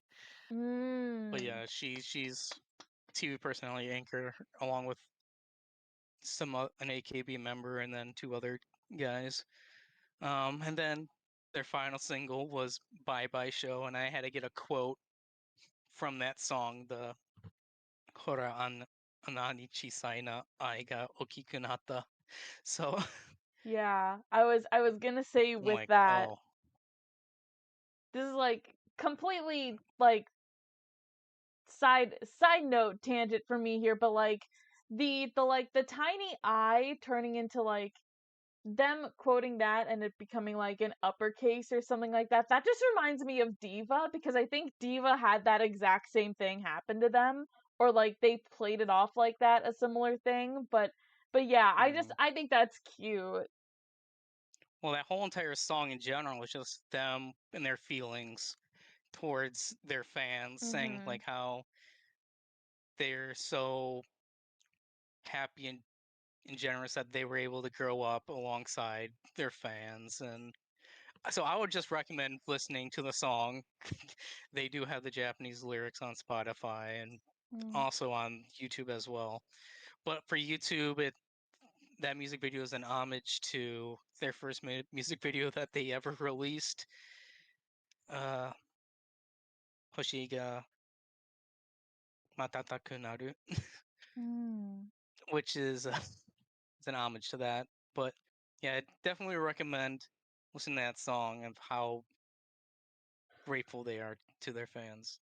And then now, technically, Bish does have a successor, but they'll never live up to the hype ever. They'll never become. I don't think they'll ever become as popular. So, and that group is Beta Shock. It's actually a co-ed group, so both male and females are in that group. Mm. There was a whole audition process for that. So yeah, I'm extremely sad I because Bish is now see. over. Wasn't there a whole thing with Whack where like they had a male idol group and they like fell off extremely quickly? Yeah, that boys group disbanded this year. Didn't Yeah. last 1 year. Ooh. Uh, Well, but okay yeah, then. I don't know if you want to get to the next slide or go back. No, yeah, we'll go ahead and do that so we can continue on All with your right. section here. And then, of course, I have to talk about Nagoya groups. Oh boy, do they have a rough year. Nagoya groups had a rough year. I mean, and I have to be honest completely with myself. I didn't really pay attention to any Nagoya groups. That sounds blasphemous. I didn't really listen to any new groups that debuted this year or tried to find them on Spotify or anything. Why does Jekyll and Hyde have a Star David in their like logo? What's the meaning behind that? It's just a logo. It's just there is no meaning behind it. Is it really? Be- because They're because not because BSJ are they, Project, they have a shirt that has the Star of David on it on the front, uh, are they and I Jewish? own that. No, it's just a star. That's just how they Uh, view I mean, okay. it. But yeah, I didn't really pay attention in the Nagoya groups this year. That's kind of a bad thing. I'm Fake gonna are try this you? year to get back. No, you're not. Yes, I am. But Can you really say Gracia Allah disbanded after like releasing that last song they did? but that Oh, that is that was like I believe a limited type thing where they just went back for one live. So I still okay. say they disbanded. All But right. yeah, so compared to last year, um, only 106 songs were released with Nagoya groups compared to the 307 last year. Mm. So not looking good there. And then I went through my um, Google, what is this? Google Excel, whatever sheets, my Google Sheets, with my Nagoya stuff, going through all of the all the groups that I had on Twitter and whatnot to see if who disbanded, and then just come to see that at least 28 groups disbanded this year. That's fantastic, and big name ones for me that I really enjoyed. Because if you don't remember, I had Silent Noise as my group that had a lot of potential Mm-hmm. in last year's uh, award thing. Uh, they disbanded on the 31st, December 31st. Uh, then Darmoshid and they disbanded. Uh, Jekyll Hyde, they were a group when I was studying abroad that I really liked. Um, then Gratia Allah, they disbanded in March, but then I think only came back for that one show. If I They swear, are one of a kind. I swear. Like you showed me them, and I was like, man, this is idol rock. I like this. This is good stuff. The lyrics behind a lot of their songs were stunning. That's hidden talent, hidden gem. Great to y'all. Check them out on Spotify. yep, Hmm. because they did have release a new song, Station Paraglider, on Spotify. I'm just like, what is this? Is this a song like they didn't release in the past? Which That's I what I think initially thought. Like, is it just it like an under? is. Like, yeah, I think so.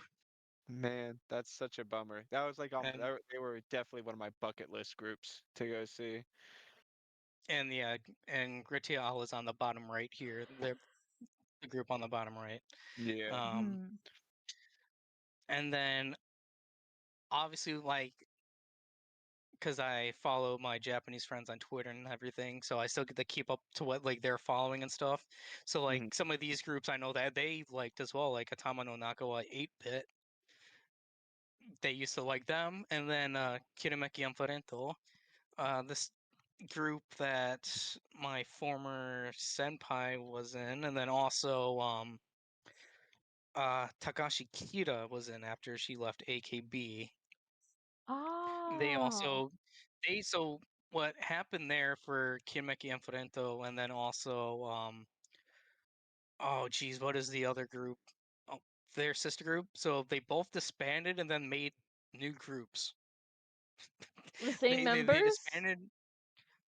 I mean, I think they like were like mixing matching the members and also Okay. getting new members, but they disbanded those groups and then made new groups out of them. I don't know. But yeah, at least I guess 28 I guess just disbanded. trying for a rebrand maybe? I'll be right back, I guys. You guess. guys Okay. can feel free to continue. I'll be real quick. So that's really all. I'm dreading seeing how many more groups are going to disband this year Hmm. because I'm gonna try to go back to Japan in the spring. So or this spring. So in a couple months, I'm gonna try to go back. So please, please, fingers crossed, and none of the other groups that I like disband. Knock on wood. Not gonna.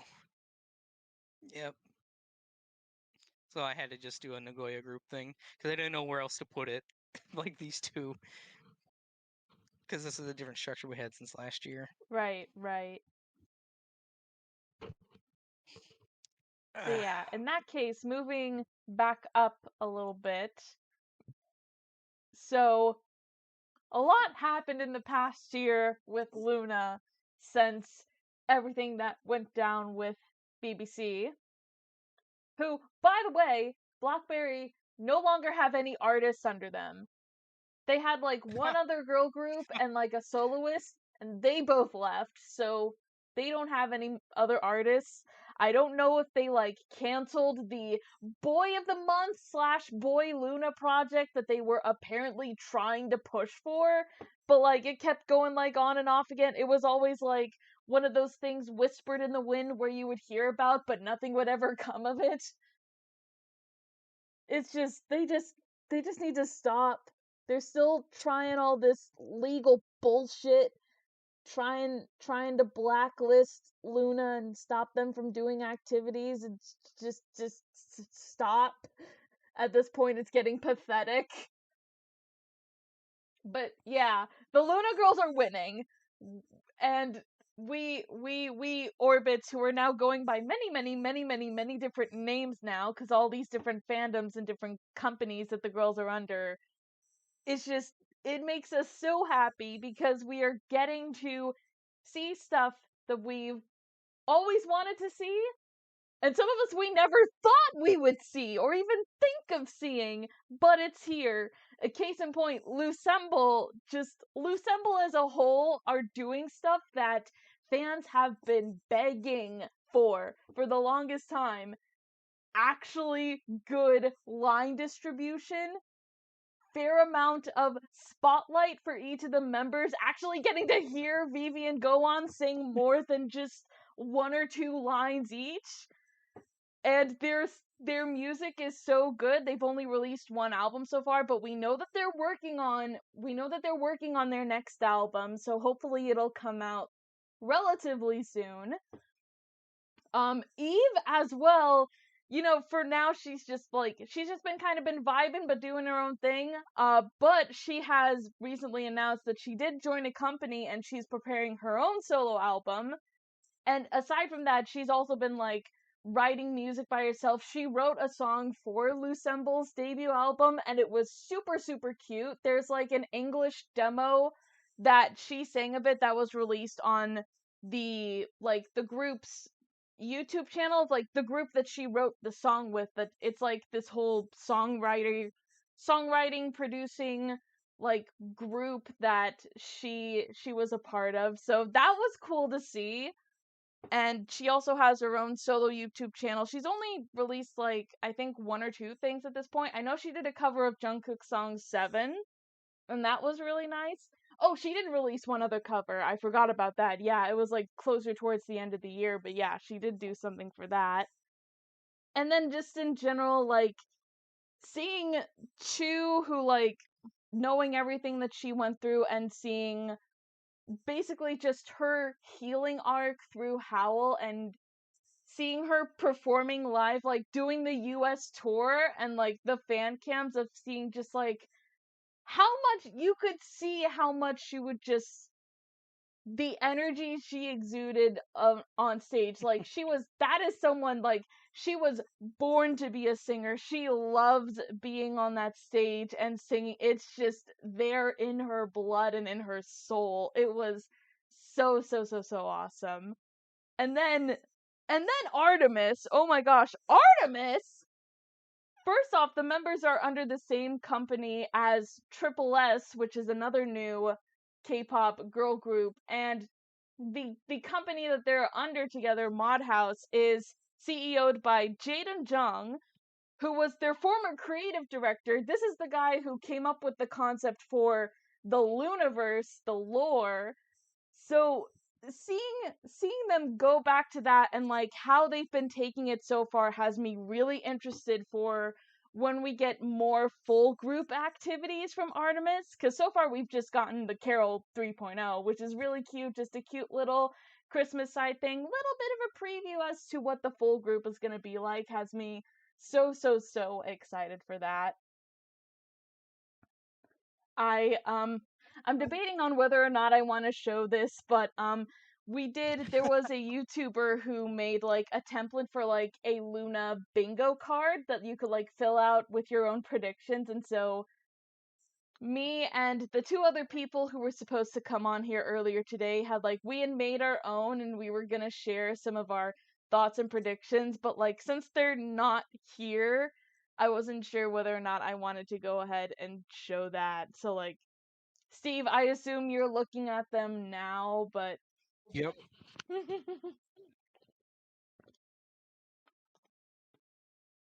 in to be fair, in Nerd's case, you have to keep in mind some of it she's half joking. So some of the more unhinged stuff is you can probably tell Yeah. which ones are a bit more reasonable and serious, and some that are just completely wild.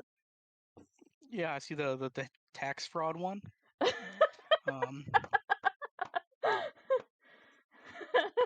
that's out there. Yeah. But yeah, just that's pretty the only one that is kind of out there for theirs that I see. I don't know what else would be out there because I can see all of these happening. mm.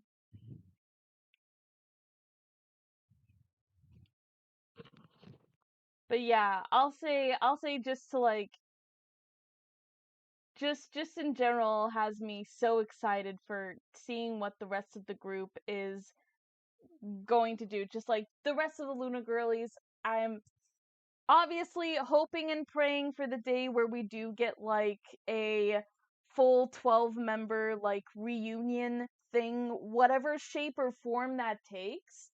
But for now, just seeing them like even just as something as simple as them like going to each other's showcases or posting on social media promoting each other's groups and still keeping in touch with each other is just like it's so sweet. So obviously, again, whatever direction Luna ends up going in the future, I'm just so happy for just these these new units that we're getting, essentially, is how I'm treating it. Like just new units for like the full Luna group. Oh, it just makes me so excited.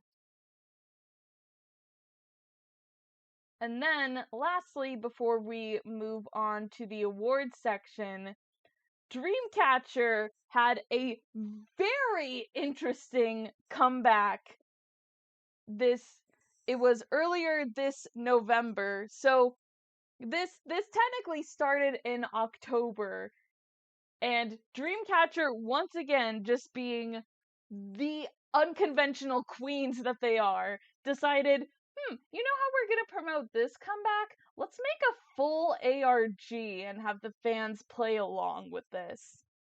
They had What does ARG mean? Alternate okay, reality game.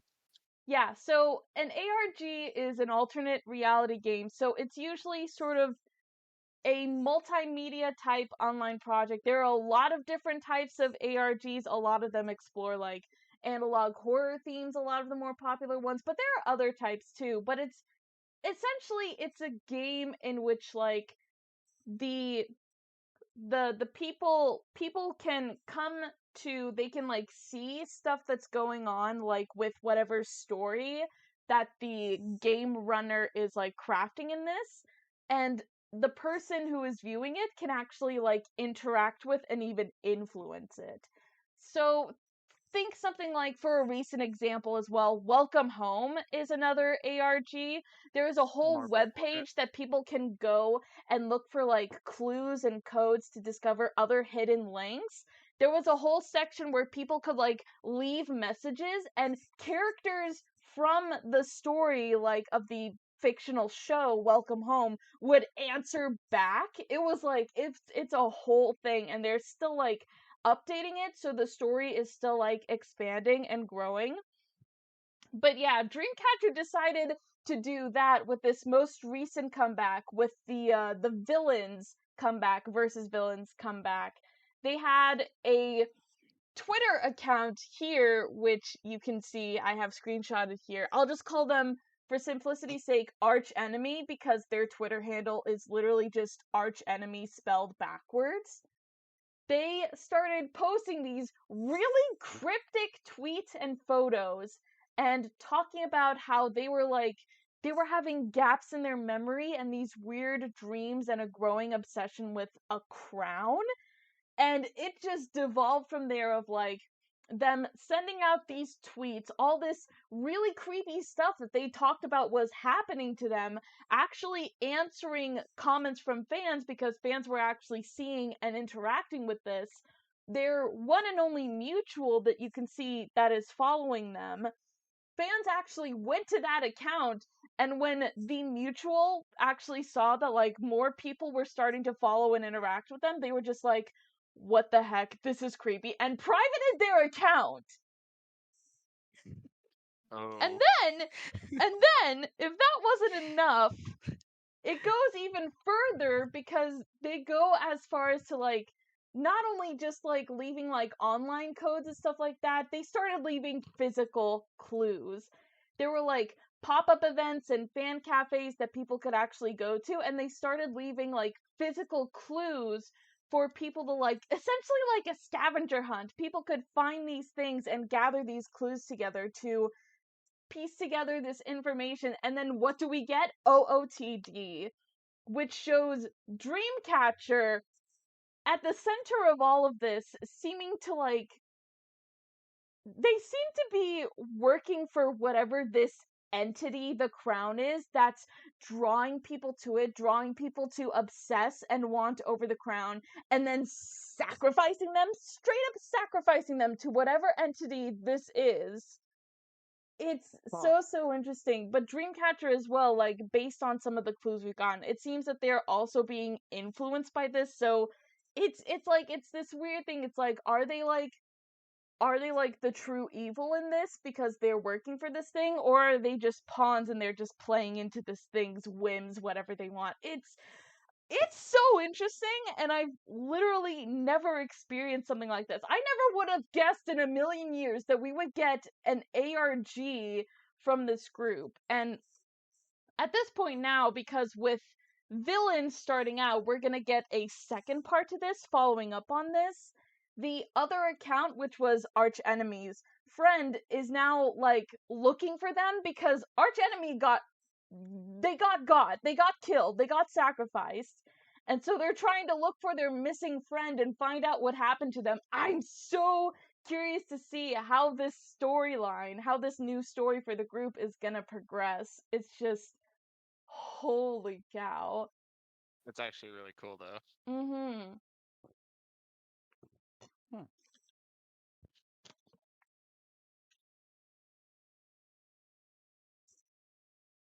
It's I like interesting to the think ARG. about too. Like, you think like way before this, earlier on in the year, Jerm, I don't know if you know about this, but do you know about Banhee Su's YouTube account for New Jeans?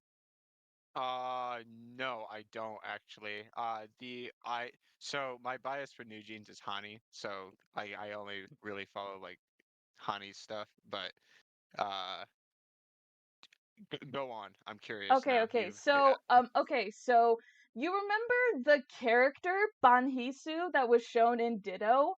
Like Yes, the yes, schoolgirl yes. who was like friends with the girls, but it also seemed like they weren't real, or it was like in her head or stuff like that. Right. They made an entirely separate YouTube channel for Banhisu that uploaded like the VHS clips that were shown in the Ditto MVs. It was kind That's of meant neat. to be like a thing where it was like her sharing this vlog and all this footage that she was like filming around her hometown and filming the members with. There's even an alternate version of Oh My God with the VHS footage that she filmed. That's cool. I'll I'll check I'll that have out. to link that to you Yeah, later. Yeah, it was so that's cool to cool. see. So yeah, it's gonna be interesting to see like if we'll see this trend continue, if we'll see more groups start to do more of like these like interactive multimedia ARG type things, because this is such a new thing that like we haven't really seen that much from K-pop. So yeah, it's just very cool to see. And once again, just excited for what Dreamcatcher will do next. Yeah, that's exciting. Well, all right then. With that, we can finally go on to the awards section. So we're going to start with favorite new discovery for each of us. So we'll start with Germ. This is your pick. So you mentioned them a little bit earlier. Let's Kakrio go. Terror. So Okay, please tell me about this. Let's go, uh, Jerm. so this is a super unique group. They've been around forever. I'm surprised. I don't. Have you heard of them, Steve? Of I'm sure you course. have. Of Okay. course I Yeah, have. they Okay, when are. you say like they've been around forever, what does that mean? Like, how long have they been around? I I think it was 2018. That's forever to me. I think it. Well, it, in it Oh. the with the Chica scene that is forever. Yeah. Fair. Okay. You know, not those they I found them in my Discover Weekly, and I've been using that, like you're supposed to discover new music. And they have this very occult, uh, like sound, but it's so weird because it's electronic too. And it's so bizarre that, you see these underground like idols like come up with like some bizarre shit that you'd never see in like the big studios or like, the bigger acts. And these girls just fucking kill it. If you're a big fan, like, so for me in high school, metalcore was like kind of like the thing. You it's you got the screaming vocals, you got uh the raspy, the screaming sounds, and it's all present in this, but it's also like, eh, I want to say a traditional idol in a way too. My my Yeah, yeah, yeah, yeah. yeah, my big so Neo is one of my favorites. They have some very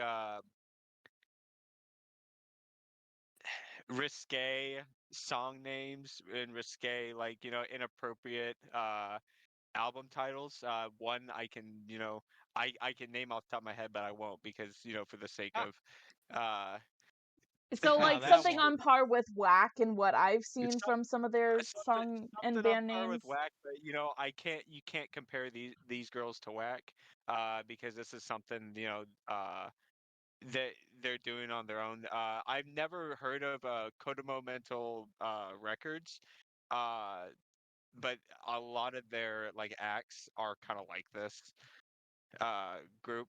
Mm. If you're into like, you know death metal or like, metalcore, if you like EDM, if you like electronic music, mixed in with,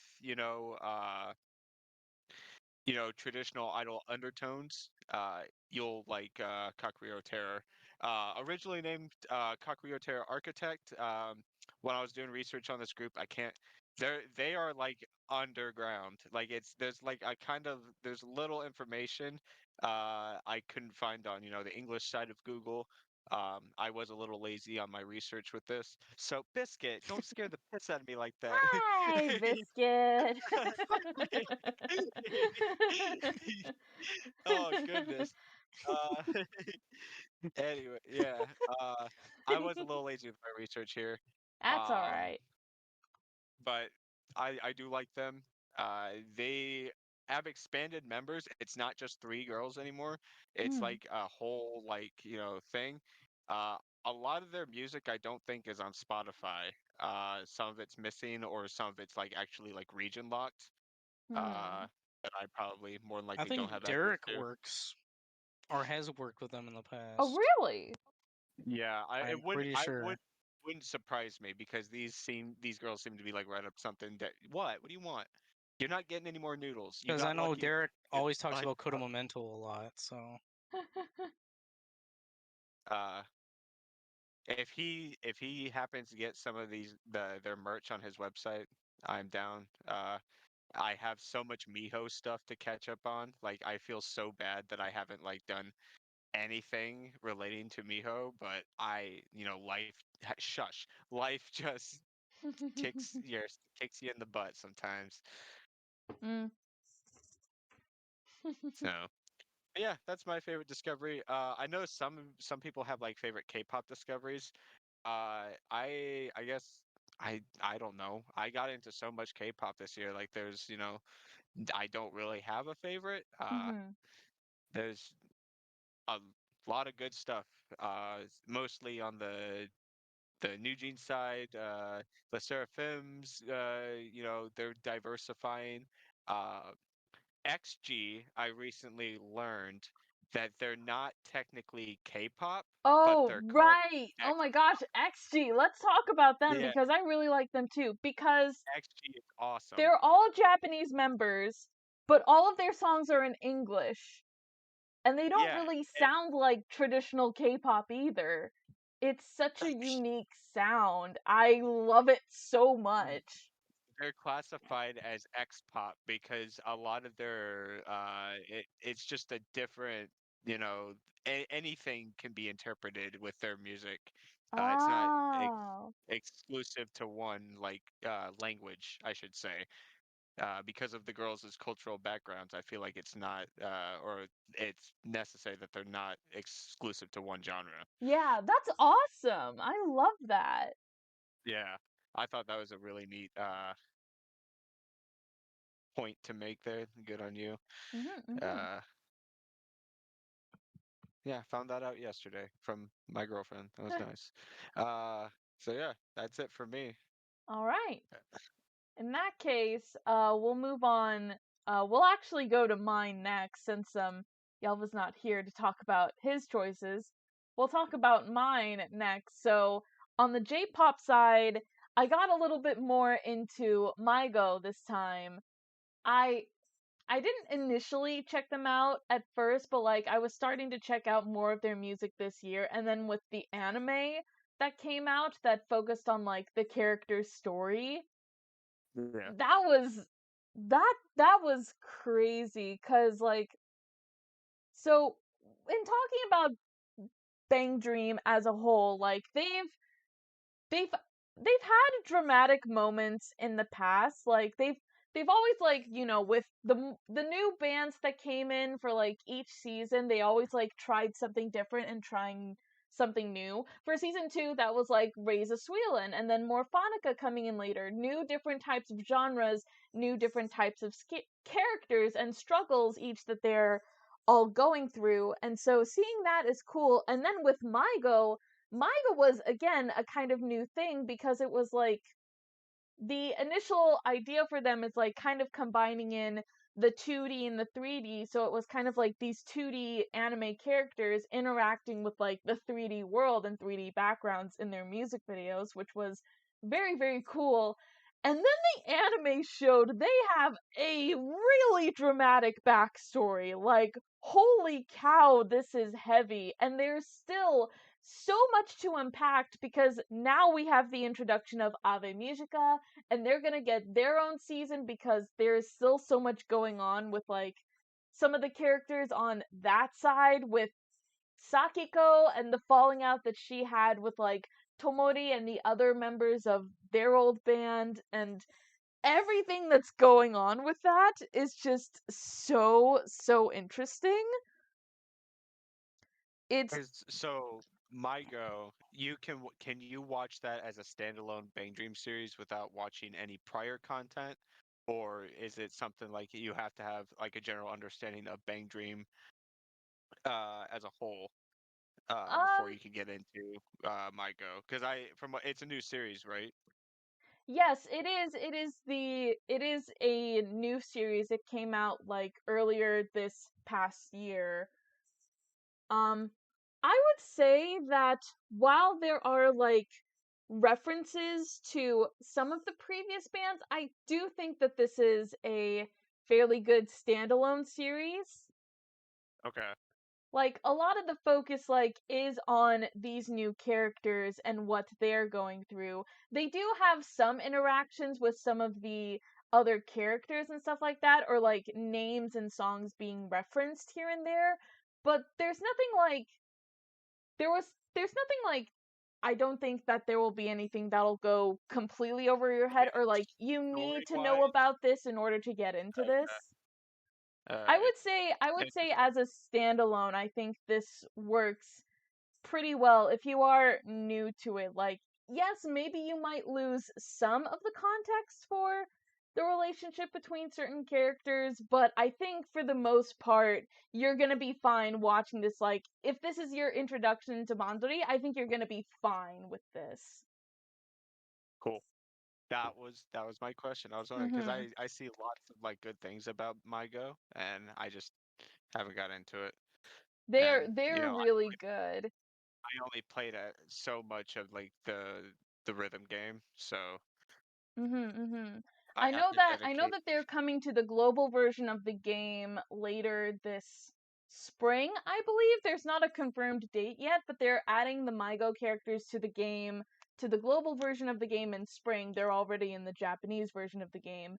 And yeah, like I said earlier, with Abe Musica as well, with their whole darker gothic rock type vibe, I am in love with that, and I cannot wait to see what their anime is gonna be like and what's gonna happen, because I'm so intrigued by the plot now.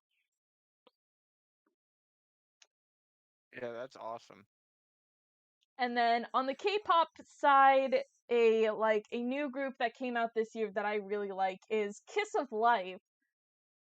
So they had this really cool thing that they did like leading up to their debut album where they actually gave each of the girls solos, and in each of the music videos they give the girls like a character, so they're each portraying like a different storyline. So we're seeing like these girls who are all from different walks of life with their own personal struggles that they're each going through, and then converging into like the other group B-side and then the title track. Seeing how that story came together so well, it's like they set this up so well and I love it so much. And then their first comeback that came out after that, Bad News, was also really, really nice as well. So this is a group that like is already getting a lot of attention. I'm seeing a lot of potential from them, so I'm excited for what their next comeback will be, because I feel like for me, when a group gets to like their second comeback or like their third release overall, I feel like that's when they start to really like solidify their image and their sound, and then they can branch off and like expand on it or do other things and stuff like that. So I'm really, really curious to see what direction Kiss of Life will go in next. Right on. All right. Yeah, they were in my Discover Weekly actually. I saw them. Mhm. All right then. All right. So I cheated. So Fuck yeah, John Steve, Muir, dude. you So, gave us 5, I'm which sorry. was okay. so It's okay. I said There was that we could so bend the many. rules. I said that we could There were bend the so rules a little many. bit if we wanted to, if we had multiple picks. So, I'm so happy Chanmina's in here. You have no idea. I, Like I'm okay. there's I'm so okay with many artists and groups that I oh yeah. discovered this year that it was impossible to just only have like two. But yeah, so at my number 5, I had Little Lilith. I was either debating them or Lonesome Blue. So they're more of on like the hard rock side. Each of the songs that I listened to, I liked. There was no song that I did not like from them. And then I had to pick Chan Mina because this is like my she's so gateway going good. into J rap, J hip hop, and honestly, I like her earlier works more than I like her newer stuff. But not saying like her newer stuff is bad or anything, but I I just wouldn't exclude her, like put her in like rap, like as a whole, because like every single one of her songs is some different genre. Dude, it's yeah, different. Like it's every still single, it's so different. And like that feature she had on that Doja Cat song you showed me, yep. Blue, I had Yeah, no idea, yeah, dude. that was I insane. only That was I insane. only listened to that song just for Chanmina's part, and then when she's over, I hit skip because I'm like, that's it. I But think even like I went and watched the music video for that, and a lot of people discovered Chanmina That because of that, feature. and they're like, "Who the heck is this woman just spitting in Japanese, Korean, and English?" okay, you know what? Yeah, I Go think on. Dude, I remember hearing that. crazy. I'm not super familiar with Yeah. Chanmina, but I think I remember seeing that feature on the Doja Cat song. And then also she was featured in Yena's Japanese version of Yep. Smiley. She did the rap Yeah. part for that. So that was really cool. Uh, her song "Bijin" is like one of my Massive. favorites. It's so That good. that's very popular. And also, on that note, one of the AKB members did like a cover during one of the lives because it was like they were doing like karaoke or whatever, and I Uh-huh. saw that they were doing that. I'm just like, so we have an AKB member, or was it AKB? It could have been an MB or something. But 48 group member is going off with f bombs because Oh, of Chanmi. dude, Wait, I was gonna ask is she which wet? one, like which Is song she she's the. she serves. Oh my I gosh. I saw it in the No AKB No Life Discord. I don't know how far back it is, but I remember seeing a clip of that. Oh wait, no, Oh no, never mind. wow. There was a clip. Can't find it now. But I see. anyways, We'll have to look into that to later. digress, How do you say Chanmina that? definitely. Arkansas? There's a group So called no, no. Arkansas. Okay, so Arkansas? Arkansas. I Why is the honestly group I called think it's Arkansas? Akanesas. Hard for me Arkansas. to, but they're more of like on the softer rock kind of thing. And when I discovered them, they were part of I Discover Weekly. Um, and then I just started listening to all their music, and it's just like, okay, I really like the soft rock vibe that they give, but unfortunately, they are disbanding this year. um, Oh. so no, that sucks. I just found that out a couple days ago that Do they're you like disbanding this year. do you like Lucy 2? Have you heard of Lucy 2, Steve? Nope, I They have are not. they are a soft rock like J-rock group. You might like them. I'm a fan of them. They are on Spotify and still currently together, I believe. Awesome. Yeah, I mean, I'll go ahead and get a listen to that. But then my number two, I had Released Hallucination. So their songs go hard in the paint. This duo.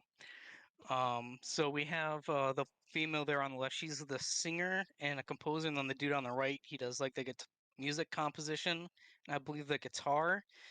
And Hmm. it's just essentially just like Gothic, progressive you metal, lost hard me. metal.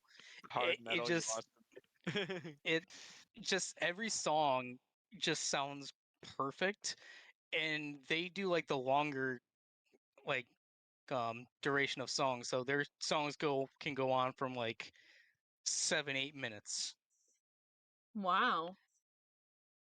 That's crazy, usually, like, actually. but yeah, average of 6 7 8 minute songs that they do.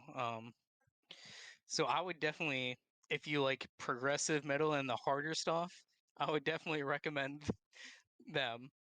And then my number one pick is Aaliyah or Adia. So this band, I remember seeing the name of this band before, and I was going through Spotify with similar groups related to these artists. I'm just like, well, this group, I swear I've seen this name before. Might as well go ahead and follow them and just start listening to their music. Eh, All their music is good, decent to fantastic. But the one song that like really got me into them is their song called Promise. Uh, that's a tearjerker for me, specifically for uh, personal reasons. uh, so I would, and that song is in English, completely in English. The vocalist just has a lovely voice, Hmm. and then um, some of the members also do like other instruments that you probably wouldn't expect. Like one of the members does the violin. One of the Ooh. female members does like violin in their song. So they incorporated like all these different kinds of sounds that a band usually doesn't have, and then they just put in the one. And then they recently um, did an ending to a romance anime that I was watching on Crunchyroll. Ooh. Because I remember listening to this song at the end, because I'm like, oh yeah, I really like this song, and then all of a sudden I just see with the credits Aaliyah. I'm like, oh my god, how did I not put two and two together? Oh. That's cool That though. That song name was. One second, I can look this up really fast. It was the Ai Kotoba. Their song Ai Kotoba. Mm-hmm. Because I know that anime has like a long title, something like "The Experienced You, the Unexperienced Me" or something like that. I don't Oh. know, but great song. But the song in my heart will always be "Promised" by Aaliyah, because that's my mom's song now, from me. Oh, I see. It has all the emotions. Every single line in that song are the feelings that I feel. It just, I don't know, like it just felt like that song was specifically written for me. I see. Okay. Yep. And it was digressing to the next category. All right, next category, Rookie of the Year. So, this was another name that I mentioned a little bit earlier on in here, but my pick is Triple S. So, Triple S, first off, they have a wild concept. So, kind of in a similar vein to Luna, where each of the girls were revealed periodically, one at a time. Triple S also has that concept where like the girls join one at a time, but instead of solos, they release as like units. So we kind of get new units as more girls come in, and then eventually they like branch off. They're like mixing and matching members, creating new units, releasing other stuff as more members are coming in. And the total count is going to be 24, which we are almost at because they recently just revealed a new unit called Next, which just gave us 4 new members altogether. So now we're at 20 members now. So we just have 4 more to go before we have the full group for Triple S. And Yelva's not here, but they also picked them, and I remember giving them a hard time about it because at one point I think I brought this up with you guys, but like at one point in the group chat on the server, on the Blood Plum server, there was like him or someone talking about like, oh, 24 members is like a lot of members. That's way too many to keep track of. And I was like, that's bullshit. We here who have been following the 48 and 46 group for however many years, that is not true. 24 is not too many to keep track of. Yeah. Hundreds. Thousands. Thousands. But yeah, like just the concept of this group, the fact that like in a known sense it is kind of similar to AKB, where it is like all of these members can like you can create different combinations of them. You can have different units like singing each of their songs. Like the songs that they release as their units, they're not necessarily limited to the members of those units. You could have members of a different unit singing one song from one unit and another singing another from a different unit. And plus they have like the full group songs as well. They had a song that came out, Rising, when it was 10 of them. They had an album that came out when they were 10 members. And then like recently towards the end of this past year, they did a 16 member performance version of Rising. So gonna be super cool to see like the 24-person version and how that's gonna add up. Also, the members are like kind of different nationalities as well. There's Korean members, there's Japanese members, there's Chinese members. So it's like really cool to see. It really is like living up to kind of part of the concept that they have. Part of the group's title is the idol of infinite possibilities, is part of their concept. So yeah, it's really cool to see like Modhouse kind of experimenting with this. It's basically Jaden taking his initial concept for Luna and it's like, okay, how can I expand on this even more than I did with this group? So yeah, it's just so cool to see. And now with some of the Luna members now in the group as Artemis, and seeing like some of the little interactions we had, like there was one really cute video where one of the members met for the girls when they were doing like their initial photo shoot and meeting them, chatting with them. That was really cute.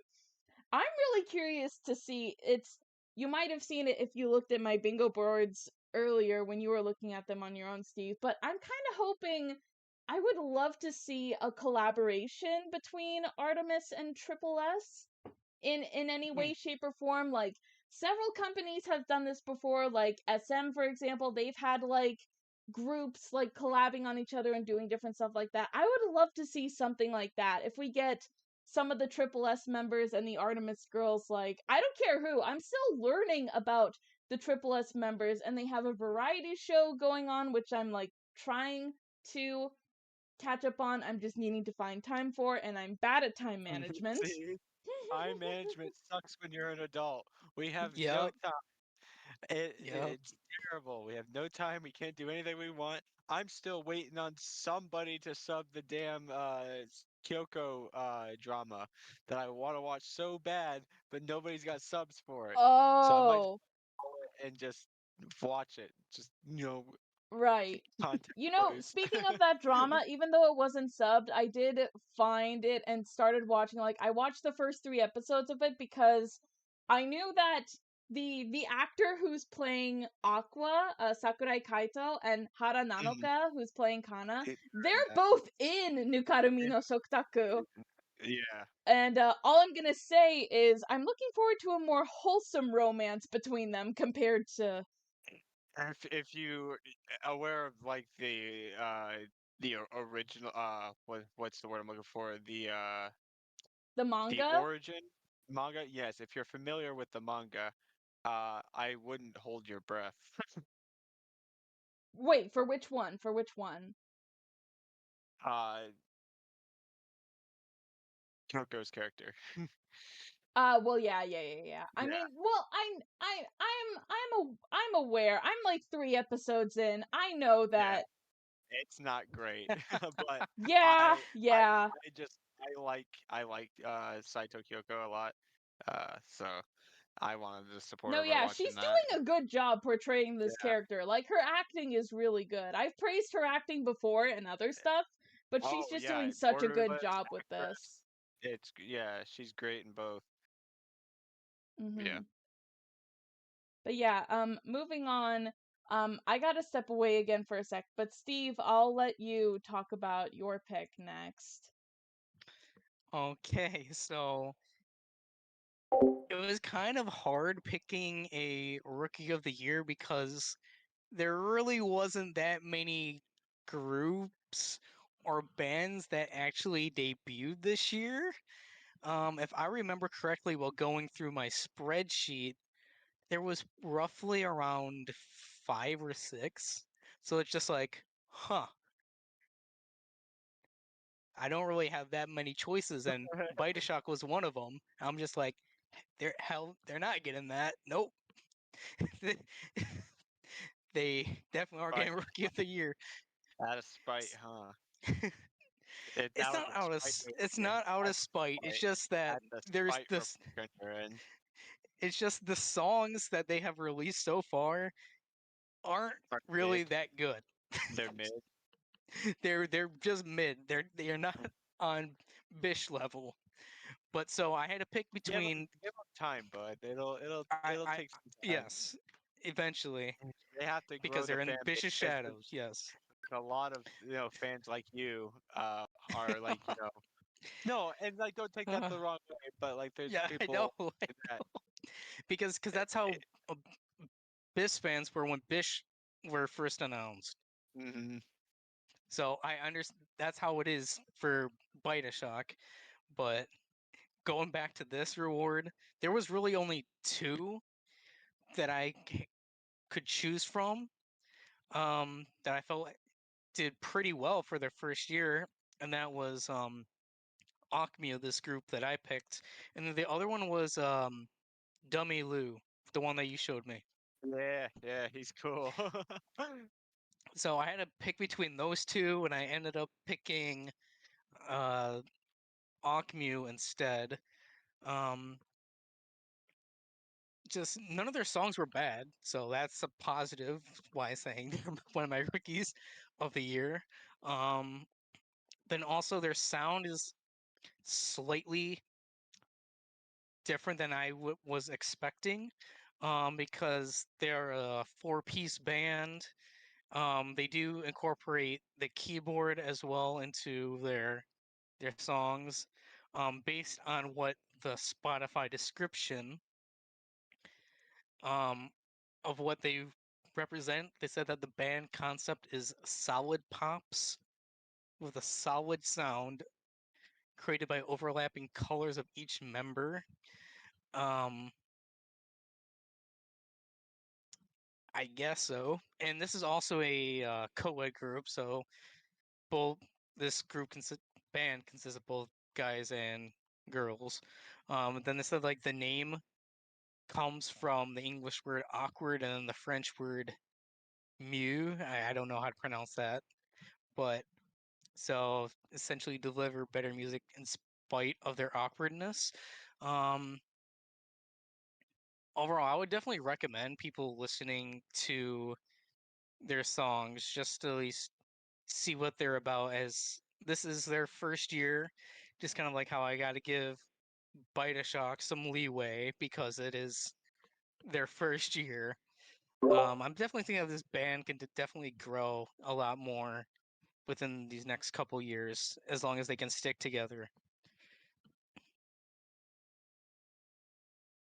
Well, all right So then. yeah, I'm looking forward to listening to your thoughts on this group in the playback once I'm uploading this. But yeah, oh, is this you down here, Jerm? Did you put your Yeah, I picture? just I just put that in while Steve was talking.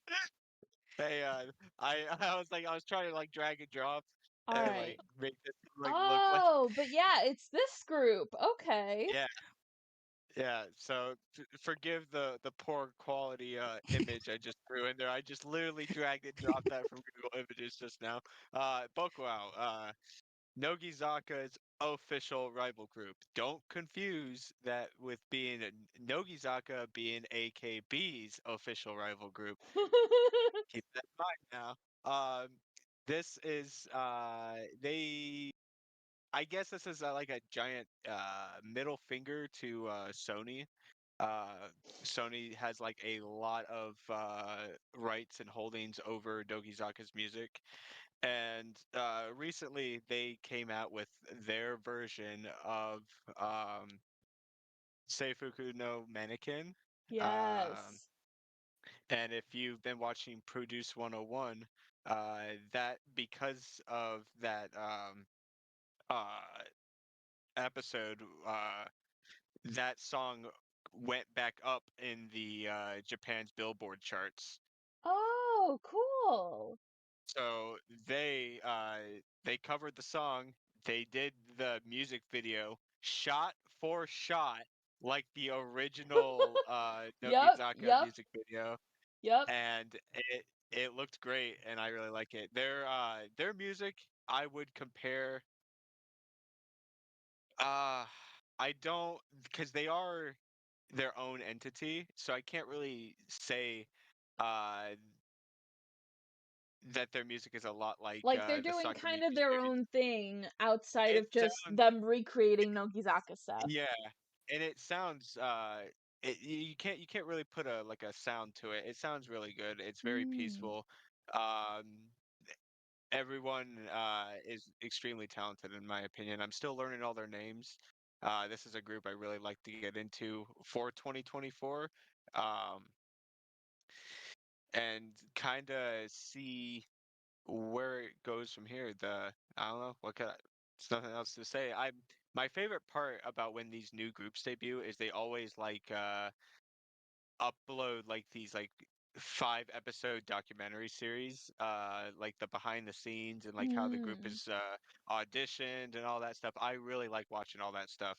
And Mm. the audition stuff for Bokuau was real awesome. Uh Loved every bit of it. And the behind the scenes video for the mannequin cover was also really cool. In their uniforms, instead of the the Nogizaka insignia, it's the Bokuau's symbol, but it's still the same like crest shape and everything. So I thought that was a Ah. real cool touch. So what, Steve? What's so fucking funny? You want to fight about it? Plagiarism, self Huh? plagiarism, maybe. I don't You know. know, it, it, Listen, it if you is want to talk it is about what it is. self-plagiarism, if you want to talk I, about that, Jaden was basically doing that with Artemis. He re-released an English I'm just version joking. of Sweet Crazy Love with different mixing. The Carol 3.0 is just a remake of the original version of the Carol. I'm just We're all joking. I'm about just that. yeah, you got it's I expect good things from this group. They're really good. Uh, there's their variety show is actually really interesting. It's pretty interactive. From the episodes I've seen lots of funny memes come up from this group. I've joined a couple Facebook groups involving this group. Uh, getting lots of funny memes out of it. That's all I can say. It's Oh. pretty good. Wait, so interactive, like, how so? It's more not interactive as like with the audience, but more interactive as like you got the girls like doing like really cool wacky game shows, typical wacky game show stuff. Oh. It's like Okay. it's a lot cool. It's I don't know how to explain it. It's No, I I typically get don't your watch vibe. I like get your vibe. It's that like stuff. old school So AK bingo days. yes, thank you. That's what I was looking for. Thank Yes. you. I couldn't place a thing around it. But yeah, uh they are on Spotify, and the easiest way to pronounce the name is Bokuao, because I ain't reading all that. There ain't no way. 僕が見たかっ Uh, た青空.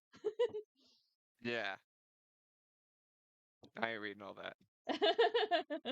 Nah, it's okay. It's understandable. Well, all right then. Next category, Song of the Year. So I'm assuming, Jerm, you haven't put yours in here yet. So Yeah, it's hard for me to pick one, so like I'm gonna as like we're discussing here, I'm just gonna go through my Spotify and see like kind of pick okay, like a top yeah, three. no problem. So yeah, I'll start off with mine. So Chu, again, talking about this with her title track Howl, again, you can feel kind of like this whole entire album really was just about Chu's healing through music, and all the songs on it were so good, but like Howl especially was just such an emotional title track when you really think about like all the stuff that Chu has been through since putting up with BBC's bullshit for the longest time. Like, I remember when one of the first teasers that came out that we just get this close up shot of Chu, and it's the first starting notes at the beginning of the song where it's just no instrumental, full a cappella. You were just seeing Chu staring straight into the camera, starting to bear out her soul and her emotion. Like, I legit got chills when I first saw that. I was like, oh my goodness, what is this going to be? Like, I thought this was. I wasn't sure what direction she was gonna go with this, but the song kind of takes a brighter turn. Like, it still has that emotional core to it, but it was a lot brighter than I expected it to be, but I loved it so much, especially reading the lyrics and the whole song just being about like two people who are hurting and relying on each other when everything else is falling apart around them. And it's just like, oh my gosh. That's actually Again, really cool. yeah. Just again, seeing Chu like kind of essentially growing from that initial idol persona that we always saw her as like the cutesy, bubbly, energetic girl that like was just all smiles, all cutesy, all hearts, but really seeing her like in the past year or so starting to like open up about her personal struggles more, about like what we don't really see or know about like behind her bubbly, cutesy personality, and seeing this more deeply emotionally vulnerable side to her in Howl is just so amazing. And again, you feel that a lot when you see like fan cams of her talking to her fans during like the US tour and stuff like that, and just how happy she was to still be like doing music and seeing her fans and talking about like, I definitely want to come back and do this again because I had such a good time with this. It's just it makes me so happy that she's essentially still doing music, because she could have easily, after everything that she went through, she could have called it quits, but she was like, no, I want to keep doing this and I want to keep pursuing this path again. So it just it makes my heart so full. Aw.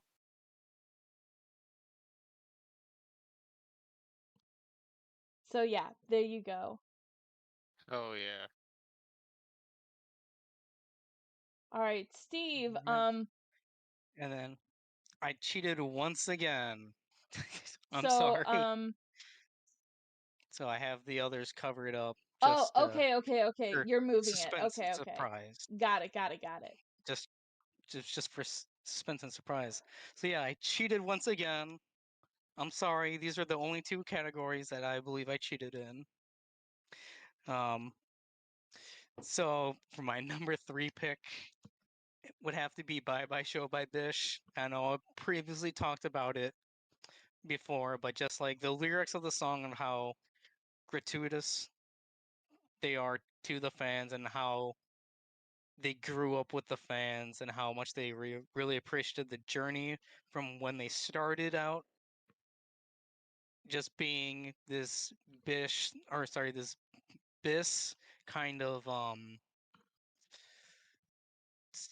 not side project, but like being the successor of the first ever Biss, and then having all the expectations of what came from them coming through to now Bish, and then just the whole journey, just phenomenal, just about just how appreciative. Um, and then number 2 is going to, I'm pretty sure, shock some people. Might call me blasphemous. For my number 2 is a song that I don't think you would expect me to have on my top 3. And number 2, I have "Cupid" by 50/50. Mm, This hmm. song is mid. Mm, Song Mm, is mid. well, I It's a don't good care song. if you think it's It mid. no, it's actually a really good song. It's just overplayed to the point where I can't be in the same room as it anymore. fair. Sometimes that happens. A good song one too many times overplayed can get a little, Who would have I'm expected a I'm It, more K-pop I'm song to more be? going just cuz I don't know how closely of you follow the 50/50. group, Steve, Yeah, but Yeah, I know everything that happened.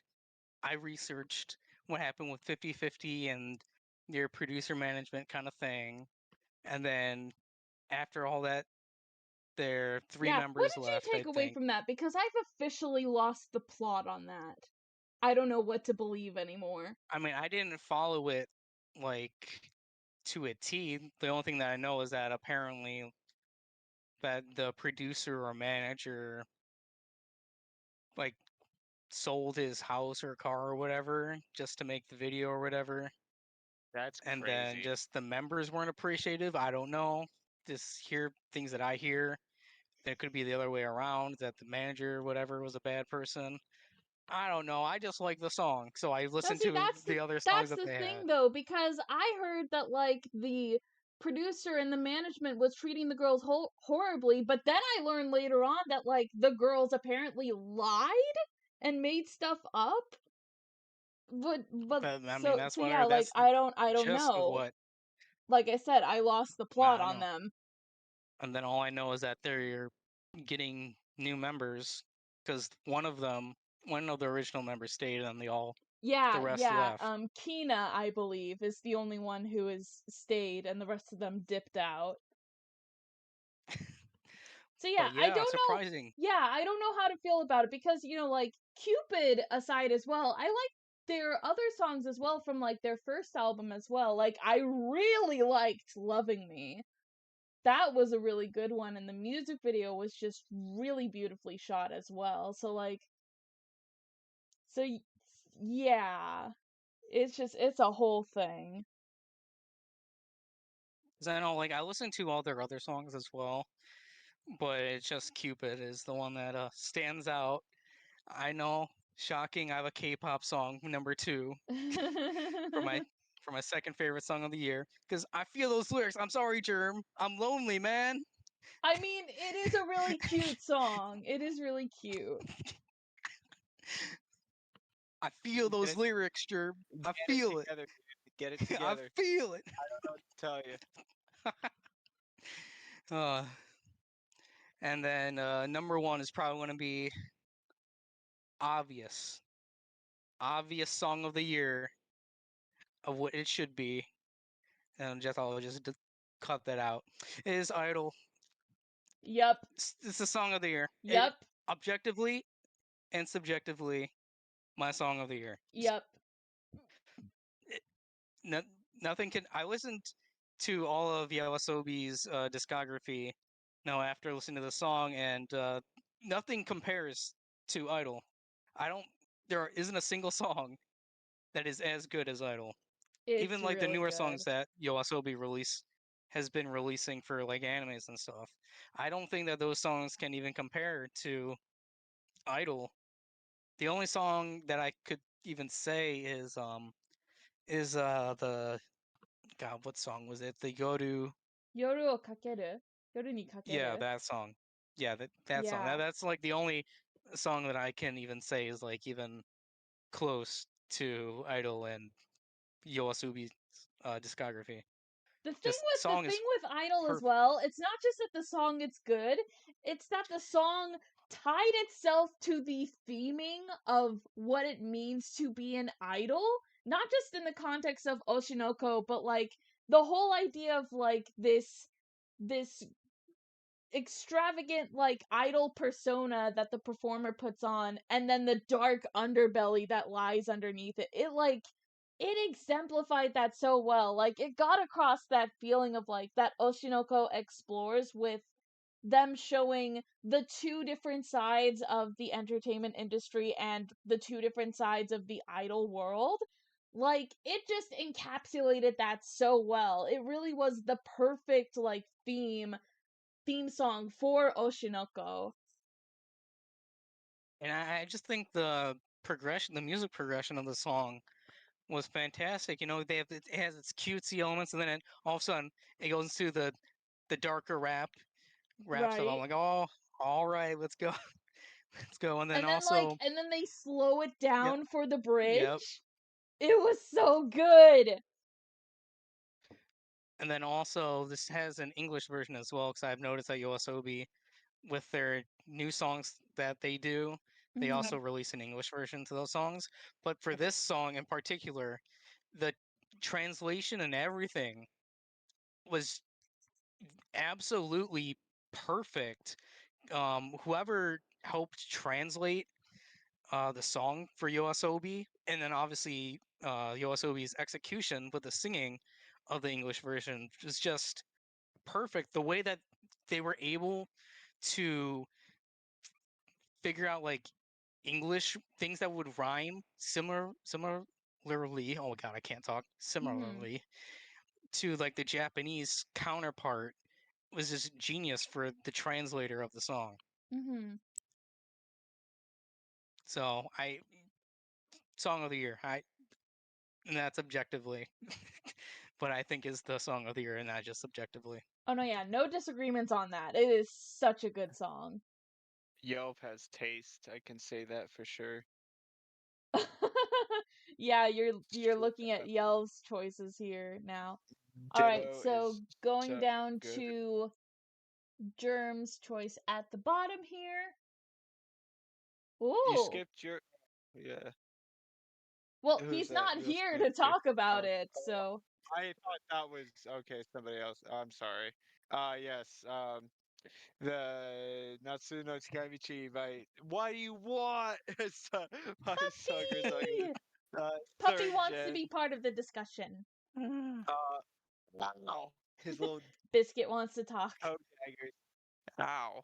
Hey.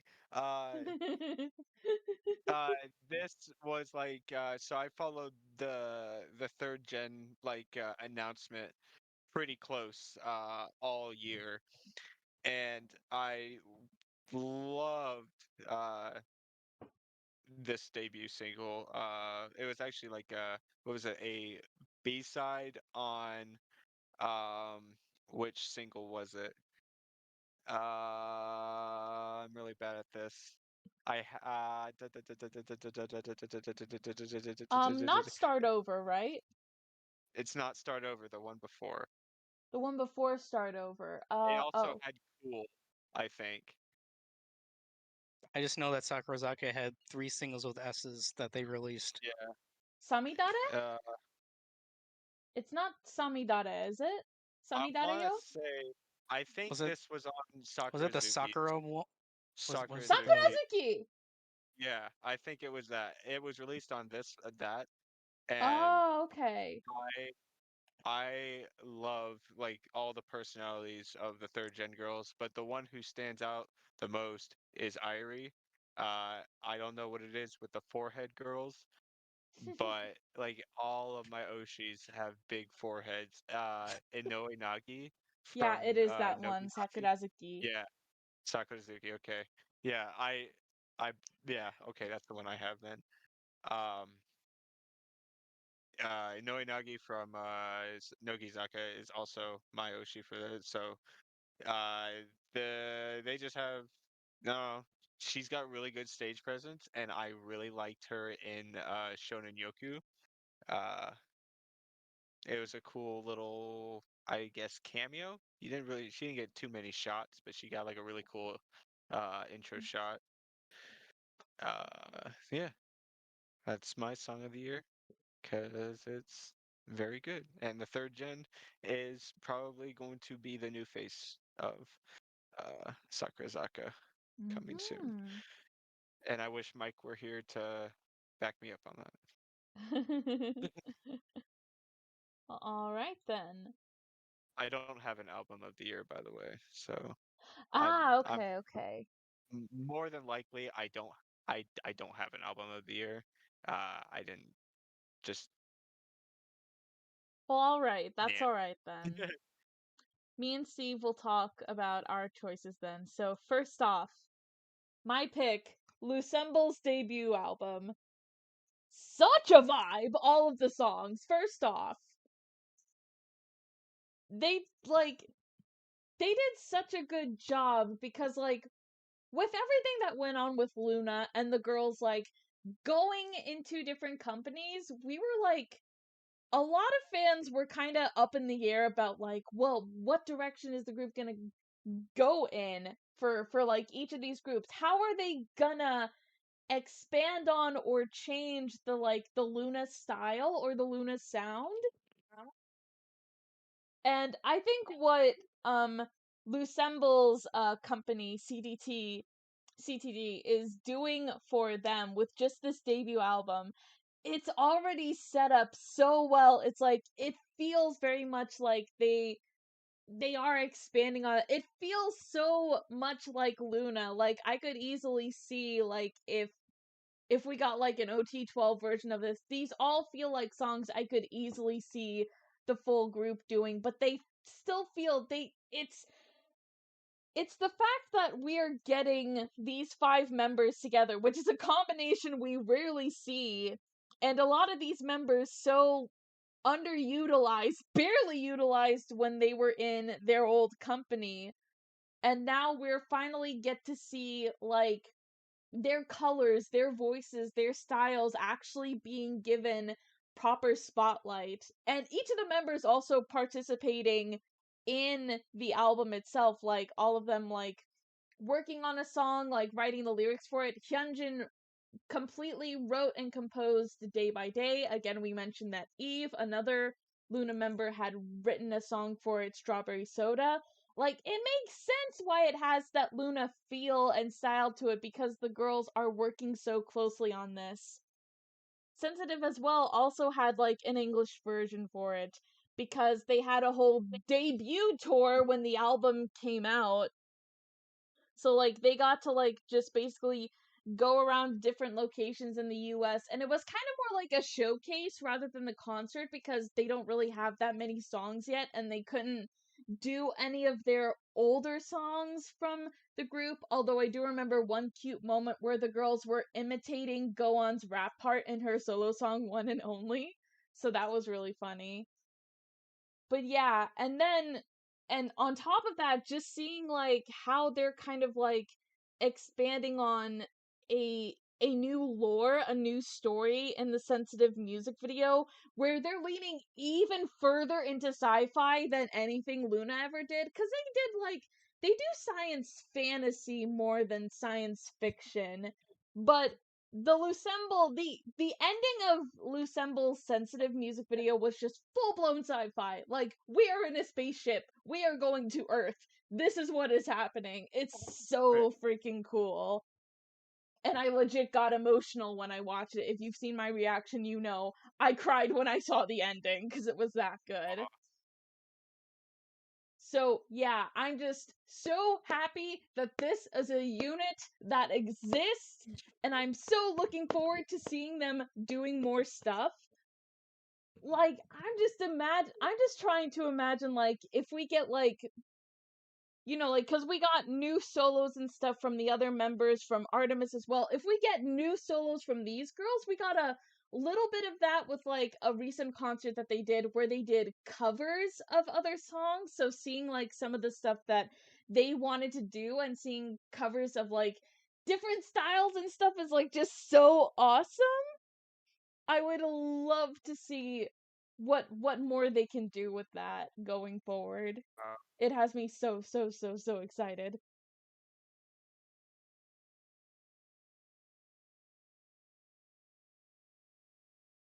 All right. Right. Moving on to Steve.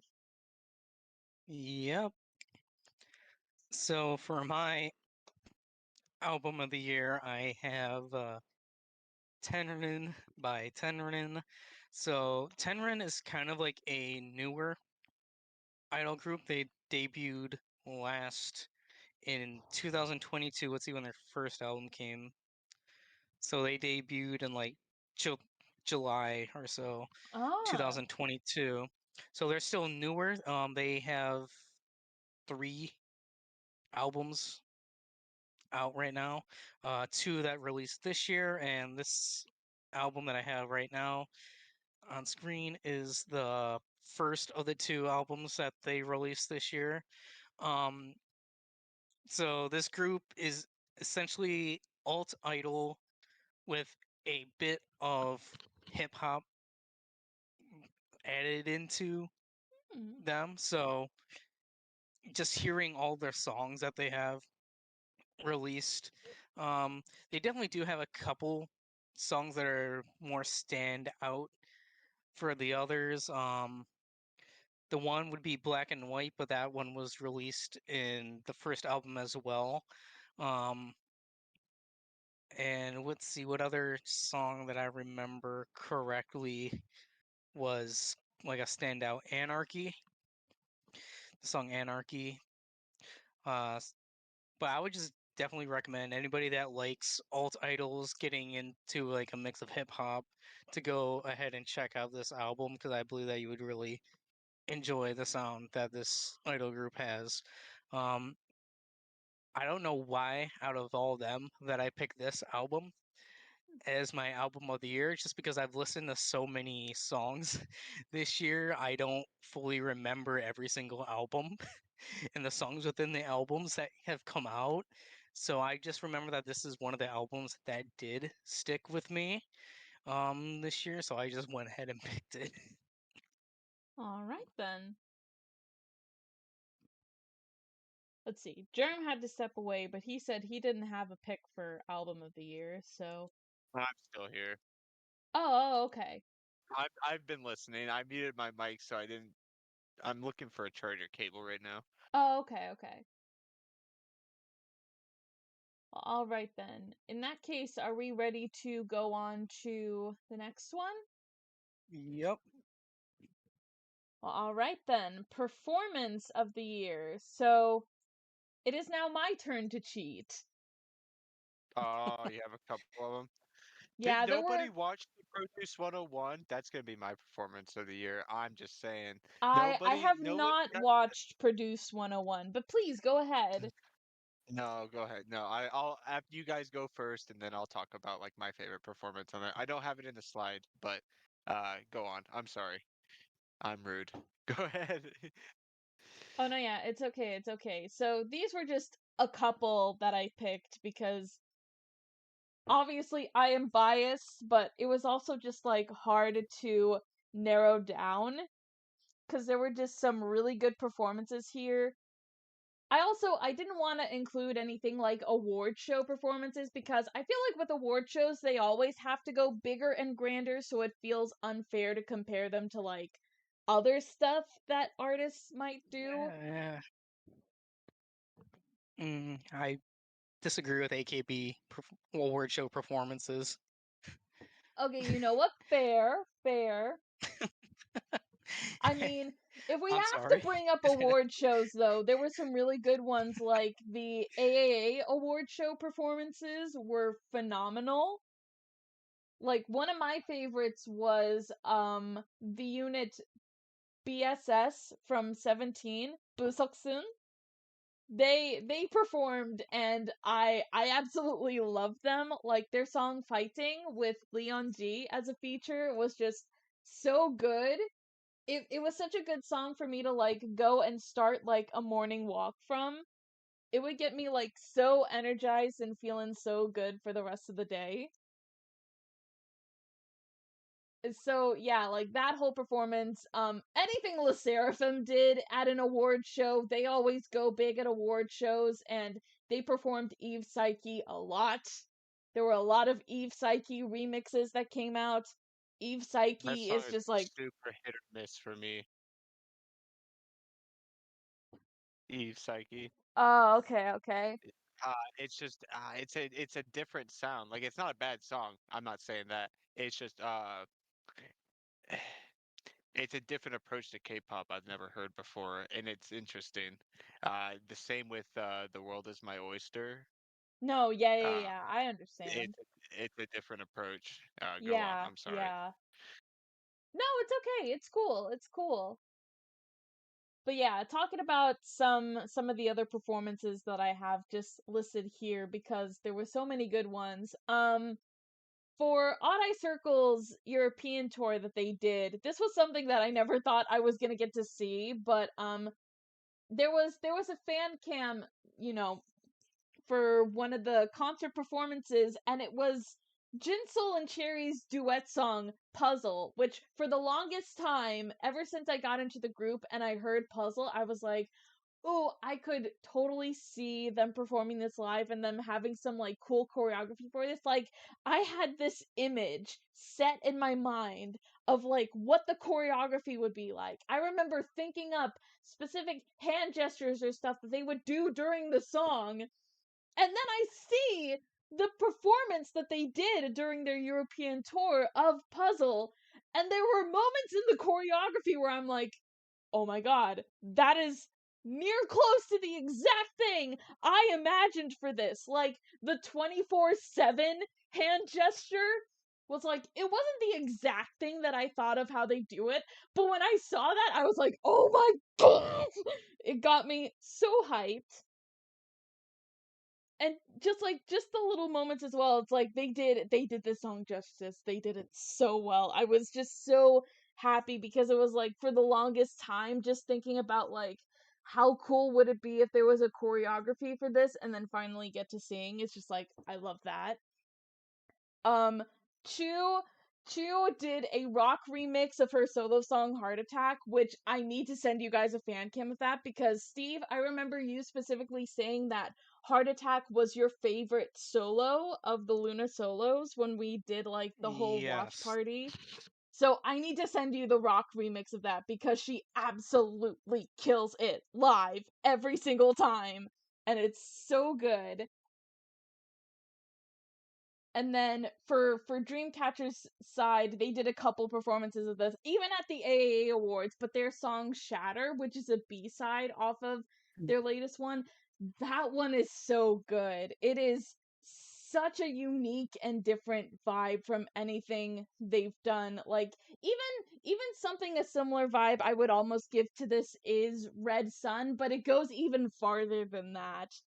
It's like the members have talked about it a little bit, especially Sua, but she wants the group to start doing more mature concepts because the girls are adults. Jiu and Sua are like almost 30, but they're still killing it. So like seeing them lean into that with this song Shatter and the performance overall is just so good. So No. yeah. Hey guys, Ruka here. So I'm adding this in the middle of our little discussion video because I had realized after I finished talking about my performance of the year pick, I had forgotten to bring up two of the picks that I had put down on there just because I was like so excited and overwhelmed when talking about some of my other choices. I needed a second to breathe, so I decided to move things along. But I'm putting this in here so that I can talk about the choices that I also had put down, put them right here. So the other choices that I had listed on here are Artemis in Hostel's small theater live show performances. The one that she did with Heejin on the first day, they had performed a full version of the Crystal Ballad song that was one of the proposed demo songs for the ballad concept album that ended up getting canceled by BBC when they were still under that company. But yeah, so we finally got the full version of the song. It's called Blooming Moon, and just in general, the whole revelation of just like, oh yeah, the ballad songs were never fully recorded. We just did like small parts for the demos. Like that's what Jinsol said on social media. She had like told fans that like they only did the short previews for it. That was all that they recorded of those songs. So like the full versions never even existed. So the fact that Heejin and Hassel performed a duet version of the song that fans were calling Daydream, but the full version, the title that they gave it was called Blooming Moon. So that was honestly really cool to see, and that gives a lot of anticipation for like, well, if they did a full version of this, does that mean that they're going to do full versions of the other proposed songs that were on there, like Hyper Ballad, Stay With Me Babe, the proposed OEC song, at least that's what a lot of people think it is, and then the Bliss Ballad song. Are we gonna get like repurposed, like fully realized versions of those songs? So a lot of fans kind of started to anticipate like what are we gonna get for that in the future, just based off of that performance. I'm obviously really curious about it too, because now that we've got Blooming Moon, like, is that going to be part of an official release in the future or what? It's going to be interesting to see. And then the other pick that I had for Lucemble, they had some really good performances this year. I just picked like Real World just because I really liked the choreography for it. But there were some other really good performances too, like for Coloring during their like fan meet event where they added like a little extra dance break was really nice. And then also seeing the group like do a cover performance of FX's Rum Pum Pum Pum was just really nice. So yeah, all in all, that's my discussion on those performances as well. But yeah, I got really excited about the other ones as well. Even though I didn't put them in any particular order, yeah, those were just the top 5 that I had wrote down for that. So I'm gonna end it off here and then we'll go back to the present discussion. Overall, there was just some really good stuff on here. again, it was hard for me to pick one.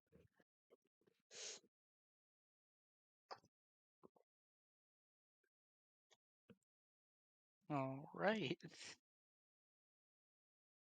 All right, And I next guess up. moving on to me. So, Steve always has like a concert as his oh, like. because I like that he's is mean, my mentioned, favorite performance of the yeah. year.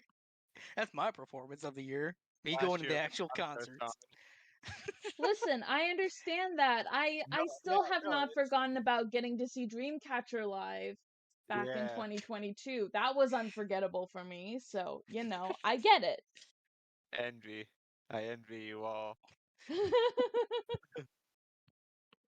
Yep. So my Bandmate would have been fucking performance to of see. the year was Bandmate's 10th anniversary tour, Detroit, Michigan show, and then Sonic Temple show 2 days later. So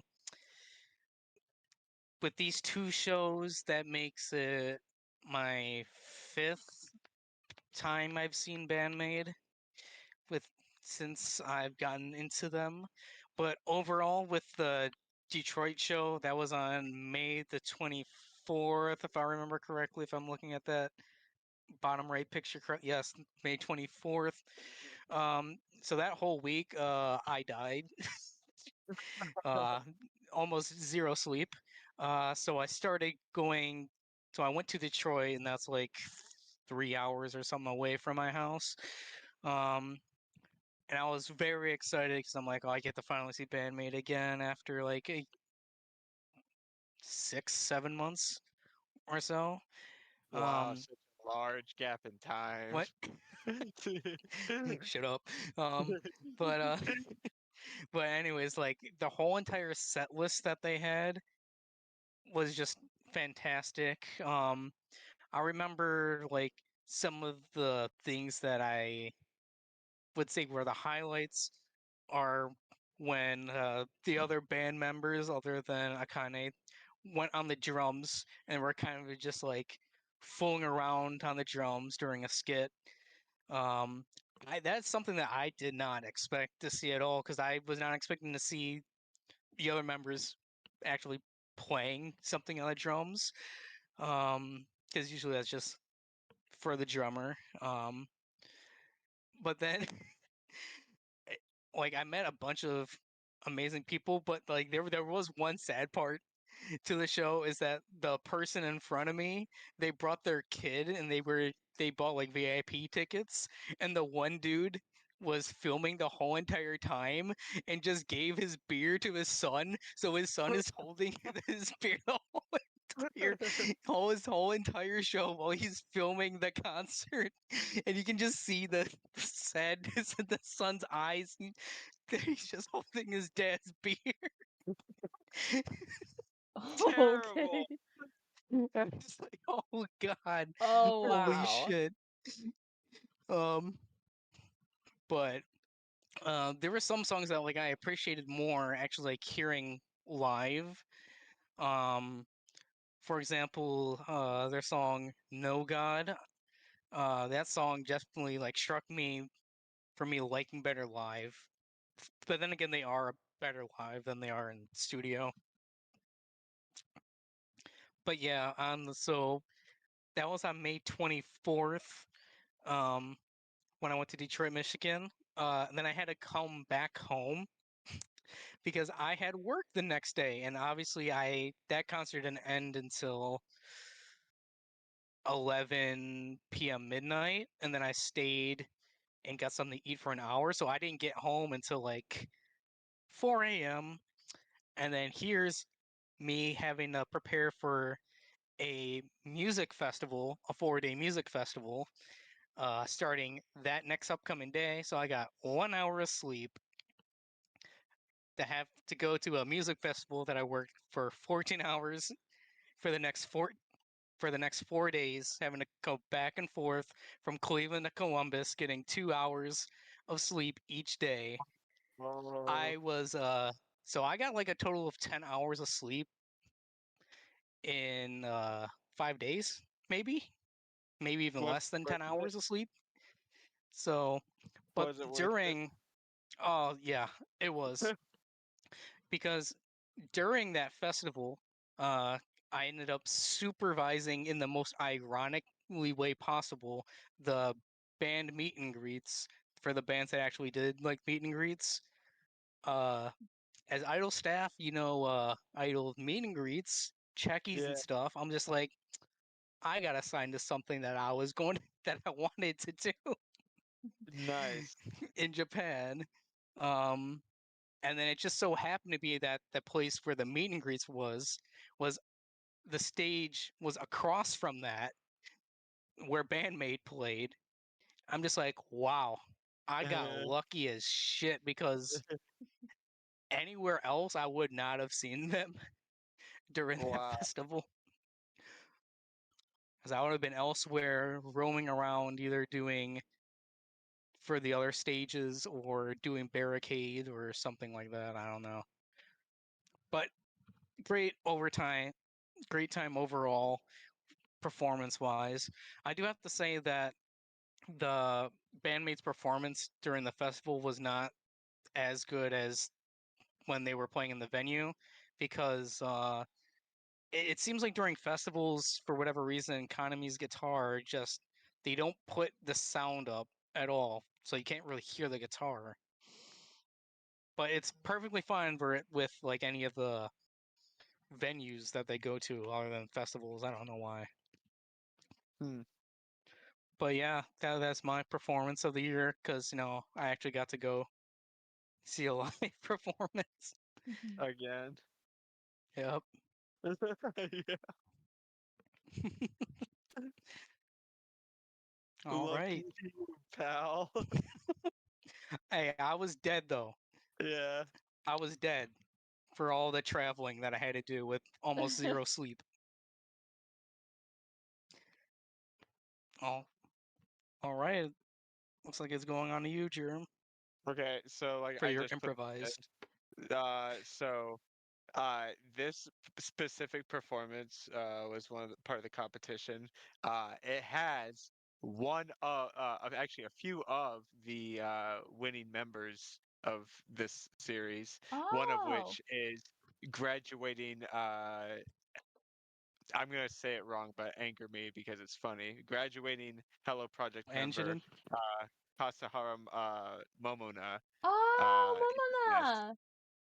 And I'm just gonna quickly like link the performance in the Discord so you guys can watch later All right. because the song written for it is just I love it so much. Makes me smile so much. It's really good. The live performance they did uh was a fan favorite with the judges.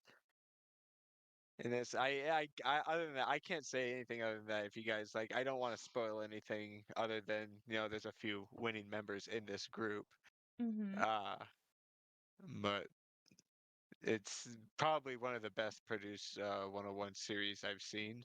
Uh, and I did like when I watched Eyes One, I loved what I seen with that. I don't. I'm just now getting into these competition shows. I plan on rewatching like what's it? Girls Planet 999. Is that what it's called? Oh, Uh, yeah.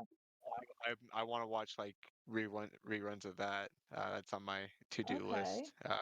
Because these competition shows are actually like super cutthroat, and I love them. Uh, they are.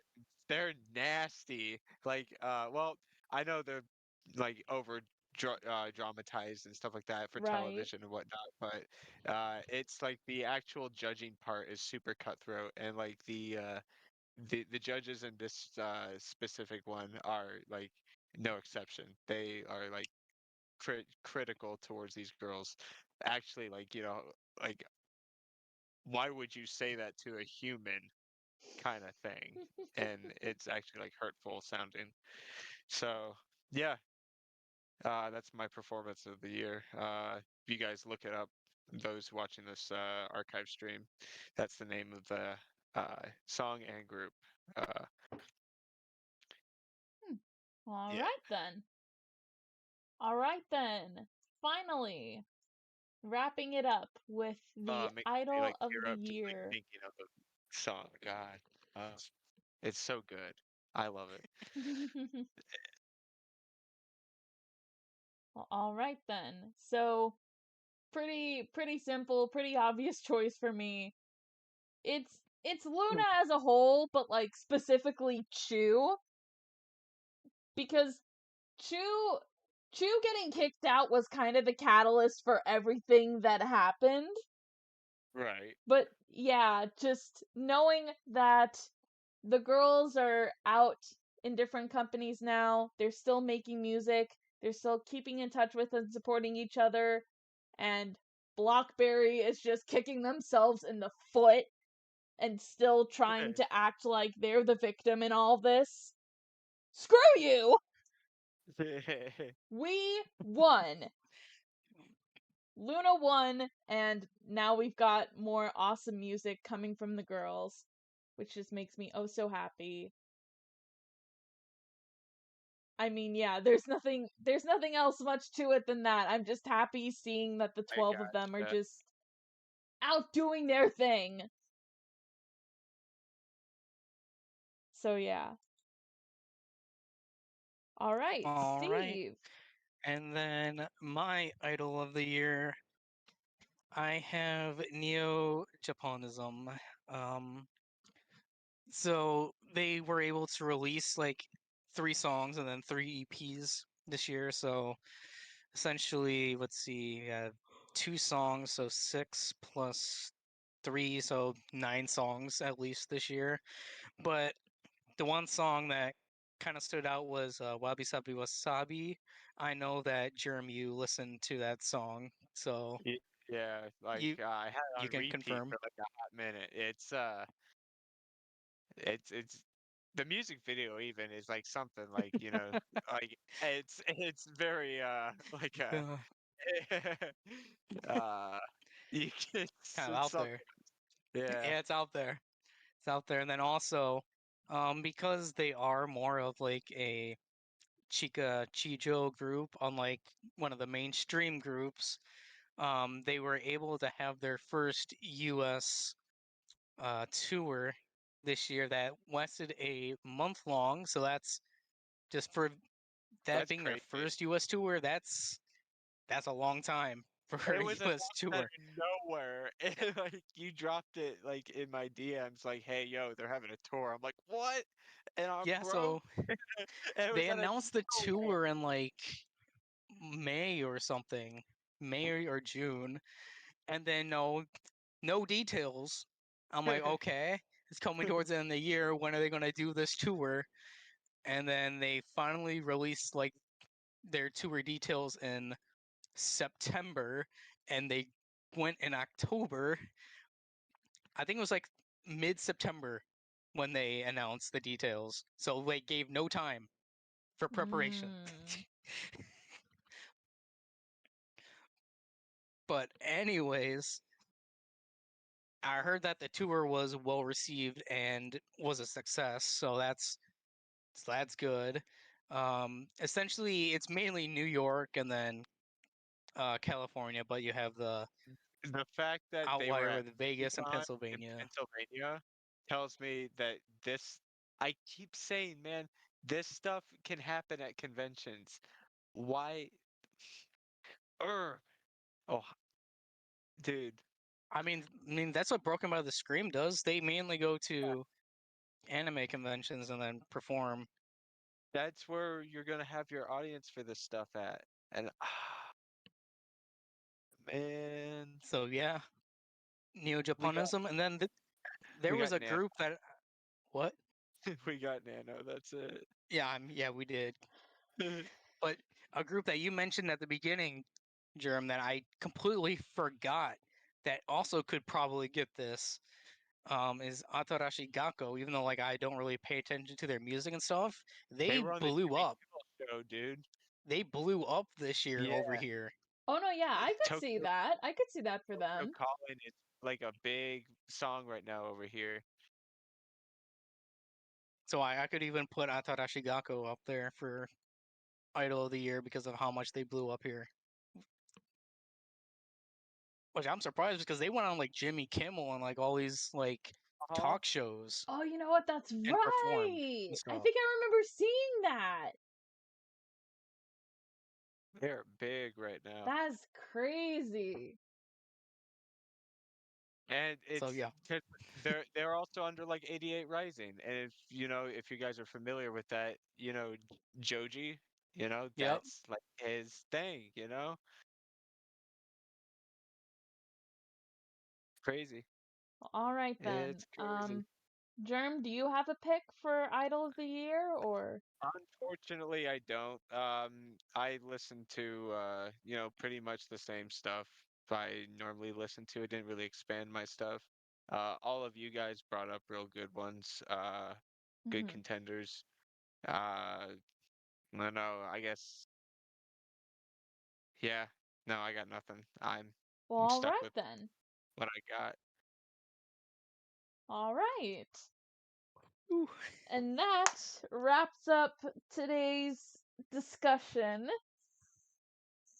that was a So, long one. yeah, but very nice. Very cool though, getting to hear kind of what everyone's been up to in terms of the music scene. It's just awesome to talk about all this. So, yeah, that'll do it for this discussion video. So, if you like this, be sure to leave a like, comment down below, share some of your thoughts of what some of your personal picks would be for these topics that we brought up today. And if you want to see more from us, subscribe for more. Check out our second channel where we do reaction videos.